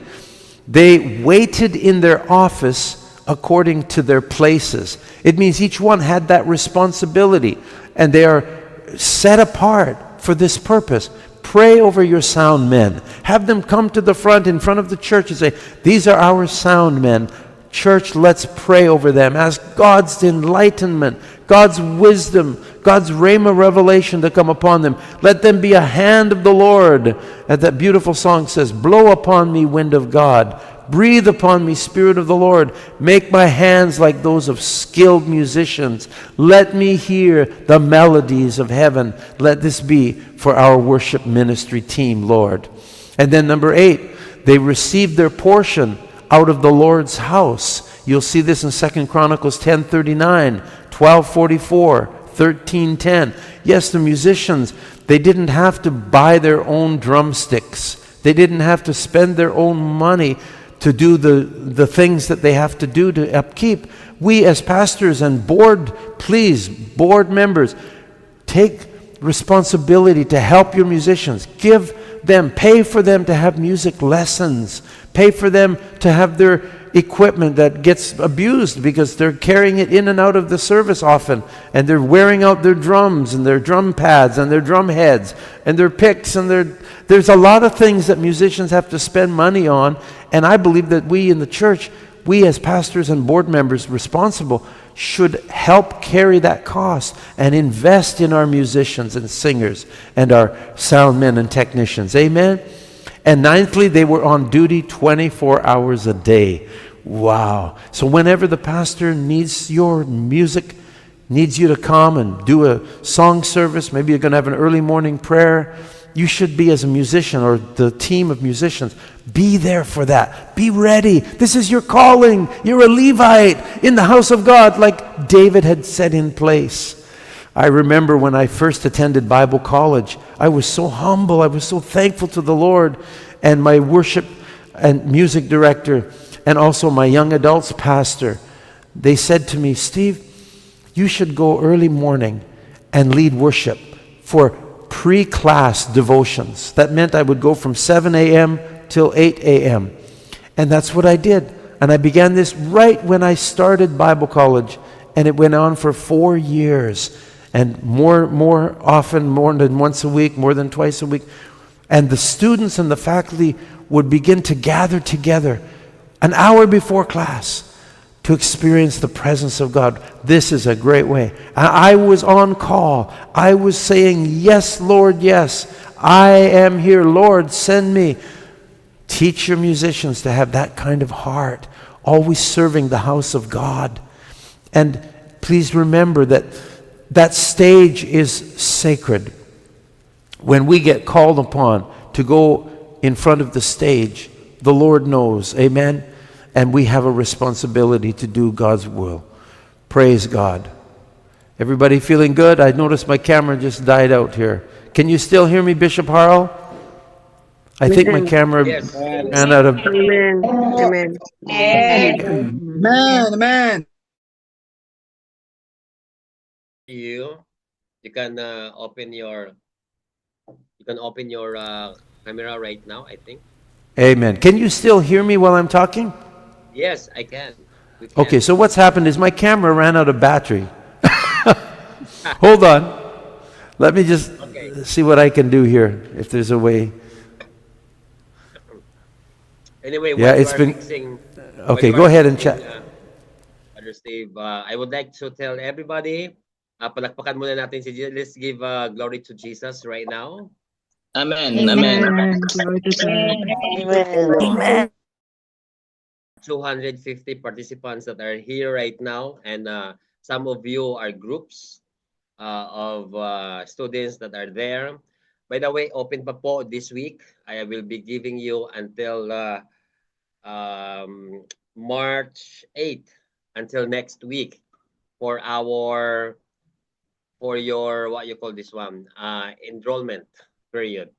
So tell the people, meron po tayong sa mga youth leadership and management, yung mga youth natin 13 years old to 19 years old, potential youth leaders, and also for the new believers, meron po tayong biblical truth, principles of biblical truth, mga basic doctrine, ituturo po natin yan sa mga new believers group or students natin. So separated din po yung mga pastors, yung mga bishop, meron sa mga bishop, overseers, hindi lang po nag-handle ng church, but those who are running an organization, especially Christian organization, you are very much welcome to our special course na tinatawag nating the School of the School of the Overseers and Vision Keepers. Yung mga presidents ng organization, if you are the head of a certain institution, Bible school, you're the one running and presiding. So welcome po kayo, mga overseers, mga bishops. Ito po ay para sa atin, mga senior pastors, okay? The overseers and vision keepers. If you are not handling any of this, if you don't run a certain group or organization, then you are not a part of this program, because this is only for those who are now involved and running an organization. So thank you so much for the time. I will give back to you, to our professor, Dr. Steve. Please go on.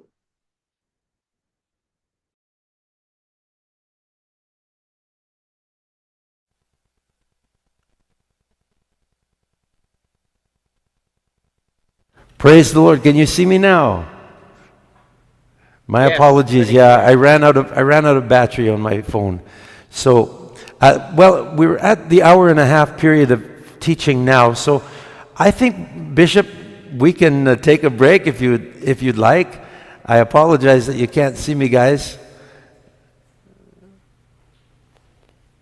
Yeah, we can see. Now we cannot see you.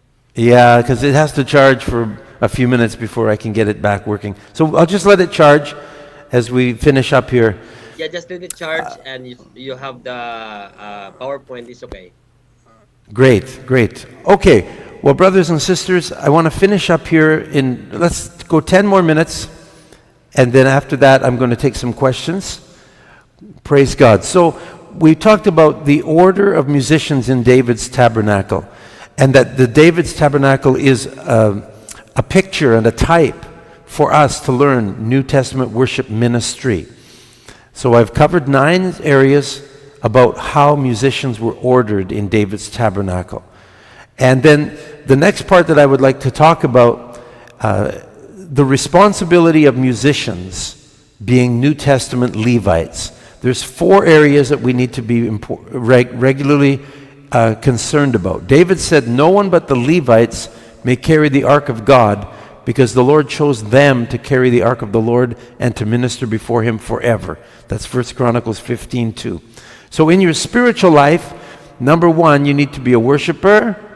You have to spend time with God, live a lifestyle of worship. Number 2, you know what it is to practice the presence of God. And you endeavor to bring him to your mind and to your heart continually throughout the day. Number 3, really important, you love to read God's Word. You love to study God's Word. You love to meditate on God's Word. And if you can join me, let's see, what time is it there? Yeah, about 24 hours, 12 hours from now. Brothers and sisters, if you can, 12 hours from now, I'm going to begin singing various psalms. Because, you know, there's 150 psalms. If you read 5 psalms a day, then you can do all of the psalms in 30 days. So what I've decided to do is on the 1st of March, I'm going to sing psalms from 1 to 5. And that'll be on my YouTube channel. And then the next day, on March the 2nd, I'm going to be singing the next batch of 5 psalms, which would be Psalms 6 to 10. Now, I'm not singing all of the psalms, but I'm singing selected portions of them. And it'll be a blessing to you. So just go to my YouTube channel. You simply put in Steve Kuban, Stevekuban, and do that 12 hours from now.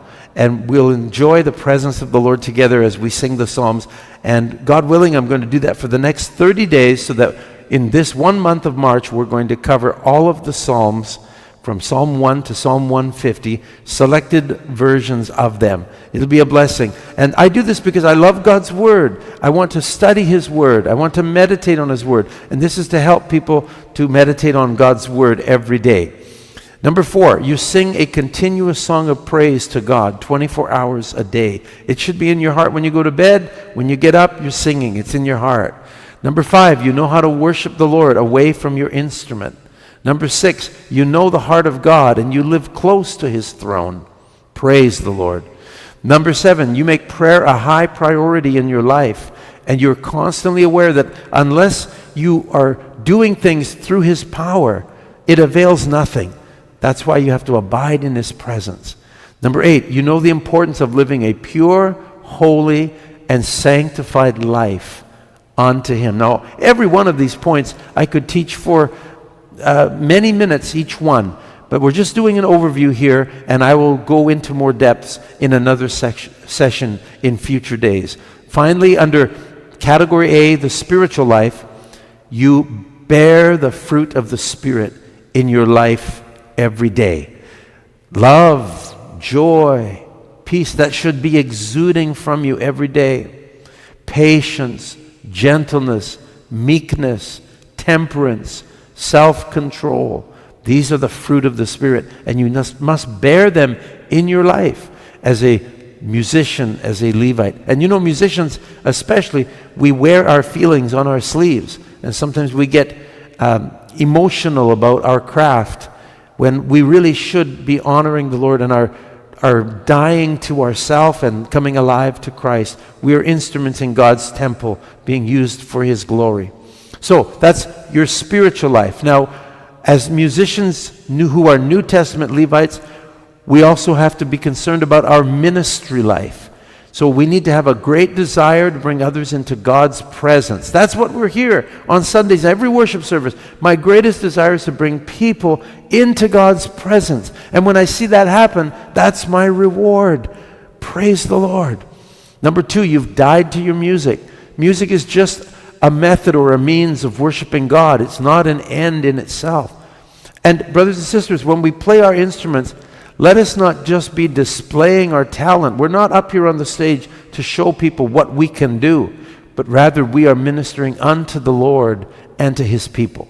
Number 3, you delight in showing forth the praises of God in splendor and in excellence. Hallelujah. You want to do a good job. You want to play in tune. You want your instrument to be sounding good through the sound system. You want to make His praises glorious. So we have to be taking care of those things. We delight in showing forth the praises of God in splendor and in excellence.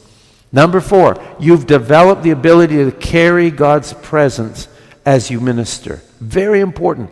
Carrying the presence of God. That's how we are tour guides, to bring them into the Holy of Holies. You spend time every day meditating with your musical instrument. Sing unto the Lord, and apart from the instrument as well. Seek God's word about your ministry. Do you know what the scriptures say about music? What about praise? How about worship? What about prophetic songs? Singing the songs of the Lord. Make sure you understand what the scriptures teach. And there's lots of material online to help you to do this. Number 7, you should understand what the goals and purpose of a worship service are. Our job is to take them into the Holy of Holies, where they encounter God. But we have to go through the gates with thanksgiving, into His courts with praise, and then we move into the Holy of Holies. And then we release the song of the Lord. We release the healings of God to take place. Because when we get the people into the Holy of Holies, now He's free to do what He wants to do. That's the goal and purpose of a worship service. Number 8, make sure you know what it is to be chosen and set aside to minister unto the Lord. Understand your calling, your privileges, the awesome responsibilities you have as a Levite. Number 9, you're always prepared spiritually before you begin the worship service. Amen. Make sure you touch God before the worship service begins. Don't expect and count that the worship service is where you're now going to get close to God because you're going to worship. No, make sure you've prepared your heart ahead of time. Always be prepared spiritually. Hallelujah, before you begin your worship service. Number 10, you've learned how to offer the sacrifice of praise unto God, even if you don't feel like praising Him, because you may have had a really tough week. I've had a really challenging week. I've had a challenge with my throat, some allergies, and the new medicine I take for my blood pressure. And all of this had affected my throat and made it hard for me to sing. But I still come here. I'm going to sing now, and half an hour from now or an hour from now, I'll be doing another live stream about the tabernacle of Moses revealed in the scriptures. And then 8 hours after that or 10 hours after that, I'll be singing through the Psalms. Praise God. All right, let's see if we've got video happening now. I'm just going to double check if it's worshiping yet. Hallelujah. Praise the Lord. Okay. Not yet. Yeah. Let me take one moment here. I think I have Pastor to. Steve, we can go on question and answer right now. Okay, let's do that. I'd be very happy. I'm just going to start my iReune webcam one more time, and hopefully it will work. There it is. I got it. Oh, hallelujah. Praise the Lord. Oh, see the beach? Yeah. Do you like this background? Does it bring you peace? Yeah. That's good. That's a good background. But the thing is, I know that most of our students right now having so hot phones right now. Oh They say, boy. "Bishop Carl, my phone is so hot right now," but they're still here. Thank you so much for your patience, Yeah. students. Go on, Pastor Steve, for your question and answer. All right. So, brothers and sisters, let me know. Do you have any questions? How should we ask them, Bishop? Is there a chat or not so? Okay. they can raise their hands virtually or on camera. Help me, Faith, if you can find. Yeah. Any Okay. questions with regard to our topic today? The rules of the musicians as the New Testament priests and Levites. Yeah. Who will ask first? You can virtually raise your hands or on camera, open your camera and just raise your hands. Help me, Faith, Bell, and Pastor Steve, if you can see. Okay. Well, probably easiest if you find someone and you click them, because Yeah. if I tell you somebody's name, it's going to be very hard for you to find that person with so many people. We have our first question to be given to us by Pastor Donnie Gutierrez. Go on, Pastor Donnie. Thank you. Thank you very much, Professor Steve. That was a very enlightening lecture. At this point, Thank you, Pastor Donnie. I just would like to confirm if I had a correct digest or understanding of something.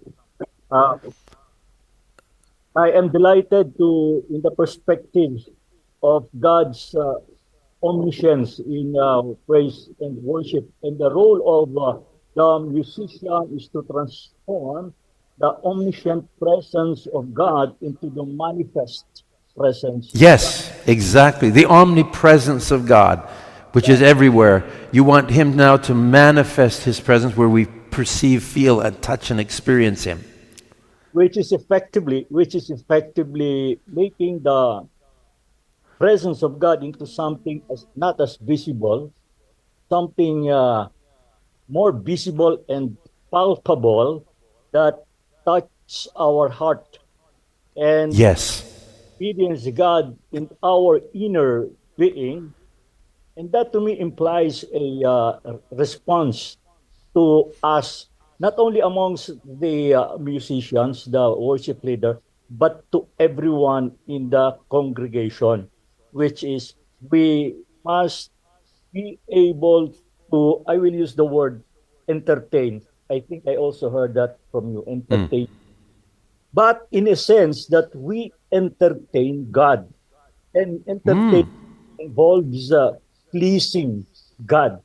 We should please God with Yes. our response to His presence, to His manifest presence, so that God can continuously work in our life, not only during the worship service, but all throughout our life.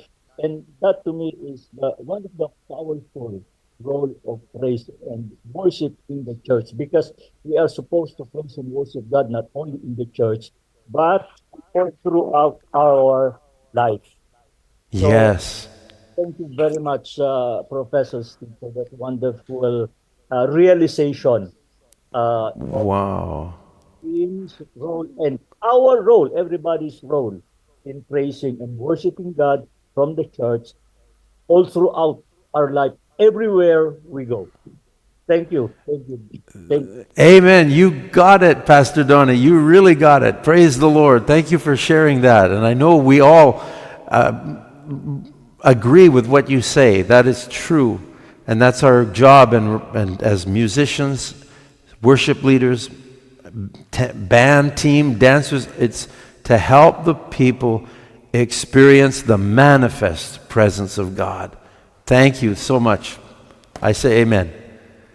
Okay, we have Israel Lakio. Israel Lakio, open your camera and you can ask Pastor Steve. So, Hi, Israel. ah, I was, and also, again, we appreciate the lesson and the share that you've given to us. As a worship leader, again, this is just a question.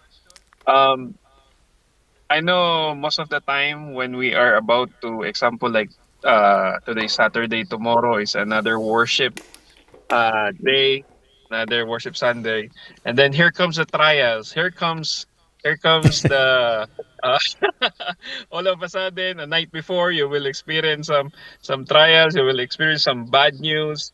some Yeah. like some trials in your life.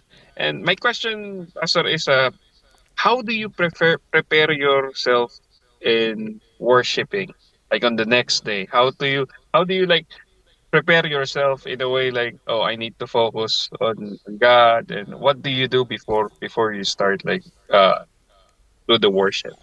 Yeah, good question. Especially, I know there are a lot of worshipers here. I just want to also raise this question in preparing your heart or yourself before the worship. Yes, well, for me, I like to make sure that the order and flow of worship is going to work. So I will typically take the orders of songs and what we have planned, or maybe I'm still in the preparation stage, and I will go through that worship service. I will imagine that I'm actually having that worship service.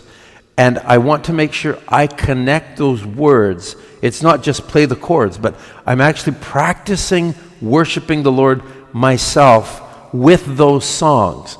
Now, because I'm a keyboard player and a worship leader, I have to be able to play the keyboard without getting distracted. Correct. Right? Like maybe the song is in a difficult key and it's got a lot of chords. Well, I need to make sure that I can still worship the Lord while I'm playing all those difficult chords in that difficult key. And that's not something you want to find out a few minutes before the service. In fact, you don't want to find that out even when you get to your band practice.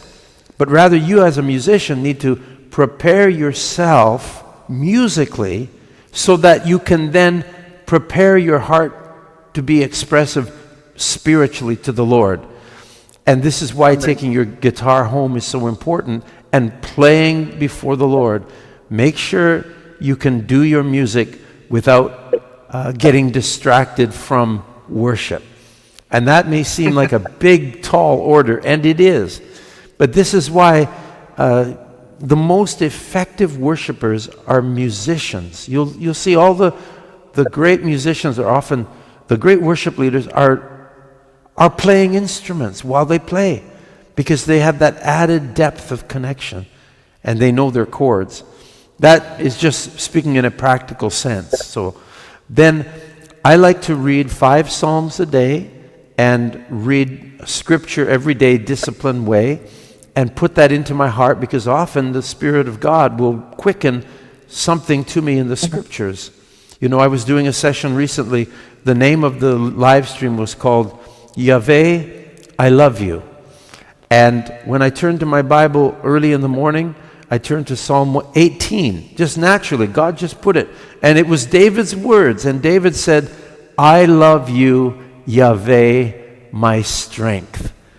What a confirmation that is, because I took time to read the scripture in ahead. And just reading that one verse confirms so much about what God is saying that I'm to do in this live stream. And it will happen to you. When you get your worship service, you've prayed, you've prepared your songs, you got everything ready, now you're getting your heart prepared. Let God confirm the word with you, and it will give you the added energy and confirmation that when you go out on that stage to play and lead worship, that you are really an instrument for God's revelation to come to the people, because He's given it first to you. I also like to just sing to the Lord as I'm preparing. I like to prepare my voice. Make sure you warm up your voice. I know you're asking spiritually, how do you prepare? But I'm also saying you can incorporate this. If you're driving a car to your church to sing and lead worship, sing spontaneous songs to the Lord. Give Him praise. Stretch your vocal cords, but stretch your spiritual vocal cords too. Amen. And then also I like to connect with the pastor. Some worship leaders say, oh no, don't talk to your pastor about what he's going to preach. You just have to prepare your songs. He prepares his preaching. You're two different things. I like to communicate with the pastor. And sometimes I've had great experiences where the Spirit of God has confirmed a word to me, and I've called the pastor and said, Pastor, the Holy Spirit has said this scripture is important. And the pastor will say, okay, it confirms what I'm preparing, my teaching. You know, and that gives you great confidence, right? Because when you walk on that stage and you've had a bad week, you need God right inside you, confirming the word. Amen? So, whatever you can do that will give the opportunity of the Holy Spirit to confirm His leadership in you, it makes a big difference. And then another thing to watch out for, a lot of worship teams, they like to practice on Saturday evening, and they have church on Sunday. I think that is ideal. And why is that? Because Saturday night, when you're done your practice and you've worshiped and rehearsed, your mind is prepared. You go home, have a nice warm cup of coffee or tea, better, or soup, go to sleep, and wake up with that same atmosphere going. Because if your church doesn't have rehearsals on Saturday, then there's a tendency for some of our musicians and singers, because we are musicians, we are, emotional people, they can replace the atmosphere of worship with certain activities that are not helpful to their inner man. In other words, guard your Saturday night activities. Don't allow yourself to get involved in anything that will dilute the anointing or will cause it to wane. You need to be at your top of your game on Sunday morning. Don't let anything get in the way. And I would say to wives and husbands, be careful how you talk to your husband or your wife before a worship service. That is not the time to bring up problems around the household and the family. Don't do that, because it will hinder him to be able to minister properly. Because when you bring out dirt and stuff, and you remind your husband, for example, maybe he hasn't done what he's supposed to do around the yard, right? And you get in the car, and as a wife, you just notice, it needs to be raked up again, and you just can't help it but remind your husband, because you're in the car now, and look, there it is. I can point it out to you, hubby. There, see? Maybe after church you can do that, worshiper. No, don't do that. We're on this team together, right? So guard our hearts and help each other to worship and praise. Amen. Leave that stuff out of the equation. There, how's that, Israel? Did I cover enough? Amen. Amen. Thank you, Israel. Israel, are you satisfied with the answer? Yes, absolutely. Thank you so much for that also encouragement and wisdom. I really appreciate it. And probably not just me, but I know other worshipers experience this, and this is a big help for us in the ministry. Thank you, Pastor. Amen. You're welcome. Thank Amen. you. Okay, right now we don't have enough time, but I'm sorry, Pastor Emmanuel Aragon and Brother Roman Toledo, but I'm going to call Sister Ana Luz Amarel. But I promise you, next time kayo po ang tatawagin kung una, Pastor Emmanuel and Roland. Okay? So ngayon na po, last na lang po, the last to give us the question. But let me add something, Pastor Steve, from the question that having a bad week and then you are there on Sunday morning leading the praise and worship. Don't you know that if you are really grow in the Lord, matured in the not only to your life but to the application of leading the praise or the leading people to praise and worship, many times that we don't feel singing, many times that we don't feel playing the music, but still you are there to play for the Lord. And that is dying to ourselves because Yeah. our flesh doesn't want to do it anymore, but the Spirit is there. And that's the time, the opportunity to be spiritual and to follow the will of the Holy Spirit in our lives to lead the people and to usher Him to the presence, to usher the people to the presence of the Lord. Kaya dyan po tayo lalago. Dyan po tayo grow. In that way, we're going to, do the will of God in spite of our feelings, in Yeah. spite of the things that happens to us. Kaya continue lang po tayo kahit anumang mangyari. We are not driven by our emotions. We're not driven by what the people. We're not subjective in the way that we do the will of God. but we are not also subjective and objectively doing these things, but we are spiritually driven. That's why you are leading the people to praise and worship. Okay, thank you so much for that.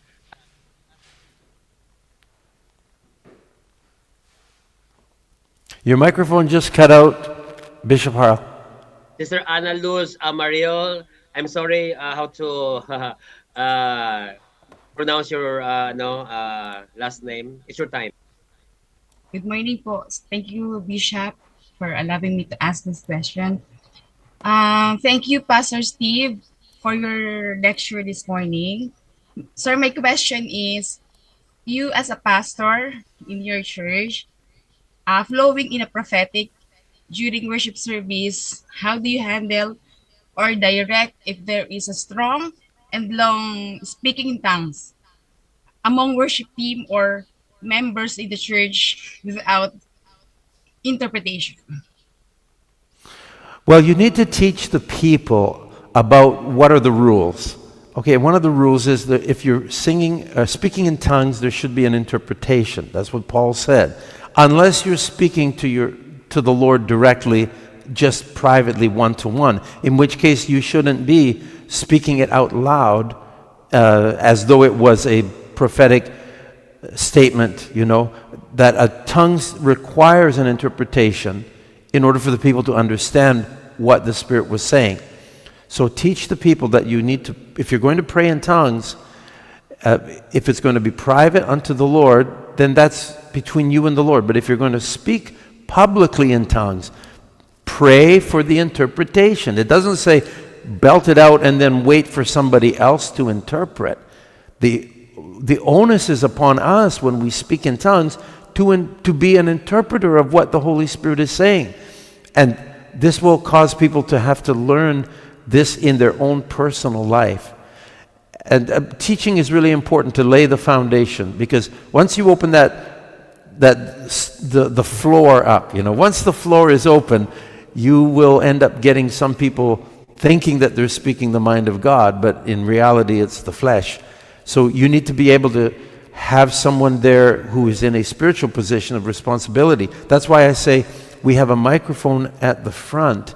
If the Holy Spirit's giving you a prophecy or tongues with interpretation, it's best if you come to the front, and when they come to the mic, there happens to be an elder or a deacon or a spiritual pastor there who will be guarding to make sure that it's not going to go too long and make sure that it's not crazy.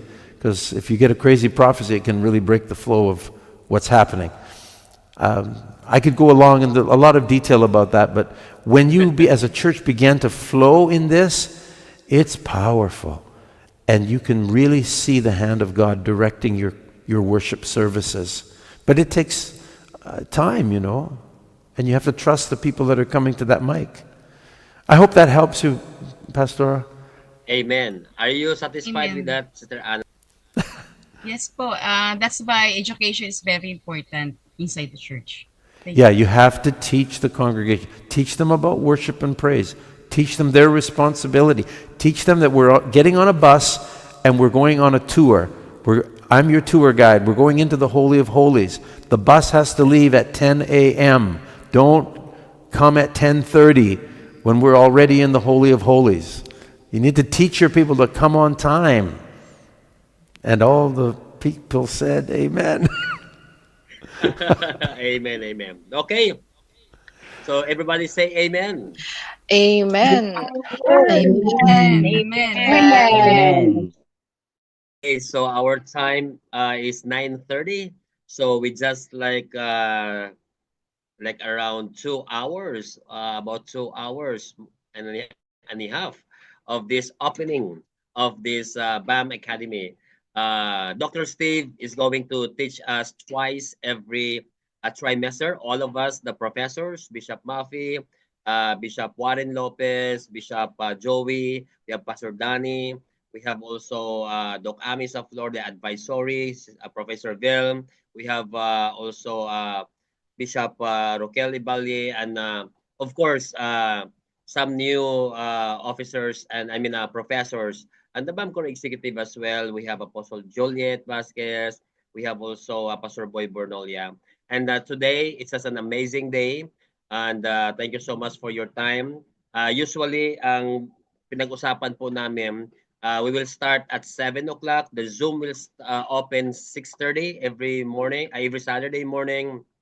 And we are going to start 7 o'clock, and then it will end around 8 to 8:30. But now we can move on to 9 o'clock if it's necessary. It depends on the professor. But thank you so much that today is the first day. So I just thank you for your patience and for your kindness to stay even until this point of time. We still have 230 participants, Dr. Steve. Praise the Lord. So for your parting words, if you want to sing a song for us before we end, and may I ask, ano po, Pastora Carmen for such very short lang as a worship leader, and then closing prayer by Bishop Joey Garcia. Go on, Dr. Steve. Praise the Lord. Well, thank you, Bishop Harrell. What a privilege it is to be able to be with everyone. Thank you so much for joining with us. Can I ask a personal favor? Go to my YouTube channel. As soon as you're done this session, when you're free, go to YouTube and then .com/Steve Cuban. Join me for this time of worship I'll be having. And then 12 hours from now, join me as I sing Psalms 1 to 5. It'll be great. And do subscribe to my YouTube channel because every little bit helps. Share it with your friends. Let's have a great time together. Blessings on you, Bishop Harrell. Thank you for what you do. Every time I see that you can have 200 people in a Zoom call and you manage teaching notes and presenting and unmuting and muting, I just am amazed how God has gifted you to be able to do all of this. Let's give praise to the Lord for Bishop Harrell and how God has used him and his wife. Amen. They are really, really special instruments in God's hands. Praise the Lord. Sing. Amen.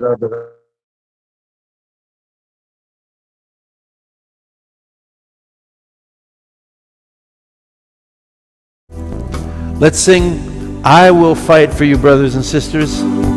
The word of the Lord to each one of us. I will fight for you. I will fight for you. By the power of my spirit, says the Lord. I will fight for you. I will see you through. By the power of my spirit, says the Lord. In the day of the battle, you'll be fearless. In the midst of the storm, you will prevail. As you lift up the mighty name of Jesus, know, my child, that you will never fail. 'Cause I will fight for you. Sing it. I will fight for you. By the power of my spirit, says the Lord. I will fight for you. I will see you through, my child. By the power of my spirit, says the Lord. By the power of my spirit, says the Lord. By the power of my spirit, says the Lord. Thank you, Father. We give you all the praise and all the glory. Amen and amen. Shalom, everyone. I would like to ask Reverend Professor Carmen to give us the closing remarks. Thank you everyone for being here. I know 221 still here, really having the experience of listening from Dr. Steve Cuban. It is really a very encouraging that every one of us here is not only we are the worship leaders, but all of us here, especially leaders and pastors, we are all ministers here.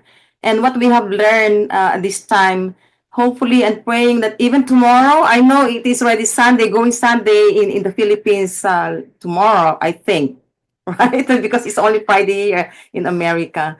But whatever we have learned uh, at this time, let it be that we should apply this, because I really believe in my heart as a worship leader, I don't, I really prepare um, myself meeting my God. I totally agree with the Dr. Steve Cuban that Saturday we should really spend our time with the Lord, not anything else. I know a lot of our young people, most of them, they misunderstand that. They do a lot of things going on in their life, and then the following Sunday they are all tired and they don't give their 100% to the Lord. That's the reason why I think, mostly the worship service can affected because of some members are not really prepared into it. But as a worship leader, I prepare myself um, one day before that, so that Sunday, I don't have to pump up people. I agree with, like, if I can lead people, because I also experienced the presence of God. So it's easy for me to lead people because once I'm there in the stage, I am not a performer, but I am a leader. I am helping the people to, in the presence of God. So thank you, everyone. It's really a great privilege for each one of us to experience this kind of lesson. And we need this. It's not only for worship leaders in the music ministry, but all of us here, especially for those who are beginners. For those, we will understand, how, experiencing, our love for God. Because for me, as a worship, for me, worship is like kissing the cheek of God. And that's how I am so close with my God. That's why when I'm leading worship on Sunday, I'm loud. I really express myself, and they always tell me that, when we went home to the Philippines 1 month, and I came back, and some members said, I miss that kind of leading of worship. And so I'd like to encourage everyone really to just continue to ponder upon the Word of God, go deeper in the Word of God. And that's the most important thing for each one of us. And I'd like to close this. um, this is actually from Rick Warren. He said, for him, expressing his love to God for who he is as a worship, when we worship our God, when we express our love for God of what we has done. And then Rick Warren said, going to do in my life, worship is not a music, it is a lifestyle. Silence, praying, giving, everything is worship. So that's all as an advisor also for the bachelors and whatever, that's what I'm going to encourage for everyone, that it is, it is not a music, it is a lifestyle. Whatever we do in our life is a worship. And thank you, Bishop. Amen. Thank you so much for that, Professor Dr. Carmen Barcelon from Tinicula. She is the advisor of the Bachelor of Ministry and the Master of Ministry. There are advisors that are here, and we are going to see them next week. Remember, next week will be our second session, and I will be the one teaching how to outline a sermon. Basic outlining of sermon, and of course, delivery of that sermon. Yan po para sa mga nagpi-preach, nag-evangelize. Different po ang preaching, different ang evangelism, and different po ang teaching. Tatlong bagay po sa buhay natin. Akala natin public speaking is applicable to everything in biblical principles. No, because we have three different outlining: evangelism, teaching, and preaching, encouragement. Kaya see you next week po for those things. Don't forget sa youtube.com, Steve Cuban. Yan lang po ang ating mai-support sa kanya. We can support to him with regard to subscribing and of course following sa kanya pong YouTube channel. Volunteers po, lahat ng mga andito, mga teachers natin, mga mentors, they are all volunteers. So we can do only is to support the ministry na binigay po ng Diyos sa kanila. To close us in prayer, let us call our Professor Bishop Dr. Joey Garcia. Dr. Joey, please close us in prayer.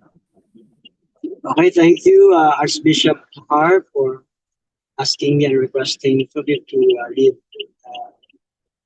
us all in the word of prayer. Awesome. So shall we pray? Come on, join me to pray. We thank you so much, Father God, for a very wonderful and amazing teaching that we received from Dr. Steve Cuban. Truly, oh God, that worship is so essential in our lives as believers and worshipers of Yahweh, of the Lord Jesus Christ, in spirit and in truth. We thank you so much because once again, we are not just being reminded, Lord, but we are informed, Lord, prophetically through the inspiration and anointing of the Holy Spirit that is working in the life of our co-servant, Dr. Steve Cuban. Those teachings came to us, O Lord God, in a refreshing manner and also inspires us more, Father, to come closer to you because our hearts, Lord God, is hungry for more of your presence. Our hearts, Lord God, really longs for your presence, oh God, and worship, praise, worship, and thanksgiving are the avenues in which we can enter, oh God, bask and even enjoy your presence so that, Lord God, our lives will be consumed, saturated by your presence, goodness, and even godliness, oh God. And eventually, Lord God, we will be transformed into your image from glory to glory as we worship you daily, as we worship you as our lifestyle, oh God. Lord, continually, Father God, reveal yourself to us, Lord God, and let, oh God, this teaching of praise and worship, Lord, be also scatter or Lord God disseminate, Lord God, disseminated will be disseminated into all the churches, oh God, to the body of Christ. This is what we needed today, Lord. This kind of teaching, Father God, that will really cause us, oh God, to be more in love with you. Because, Lord, the moment we worship and praise you, Lord God, our hearts are being melted in such a way that, Lord God,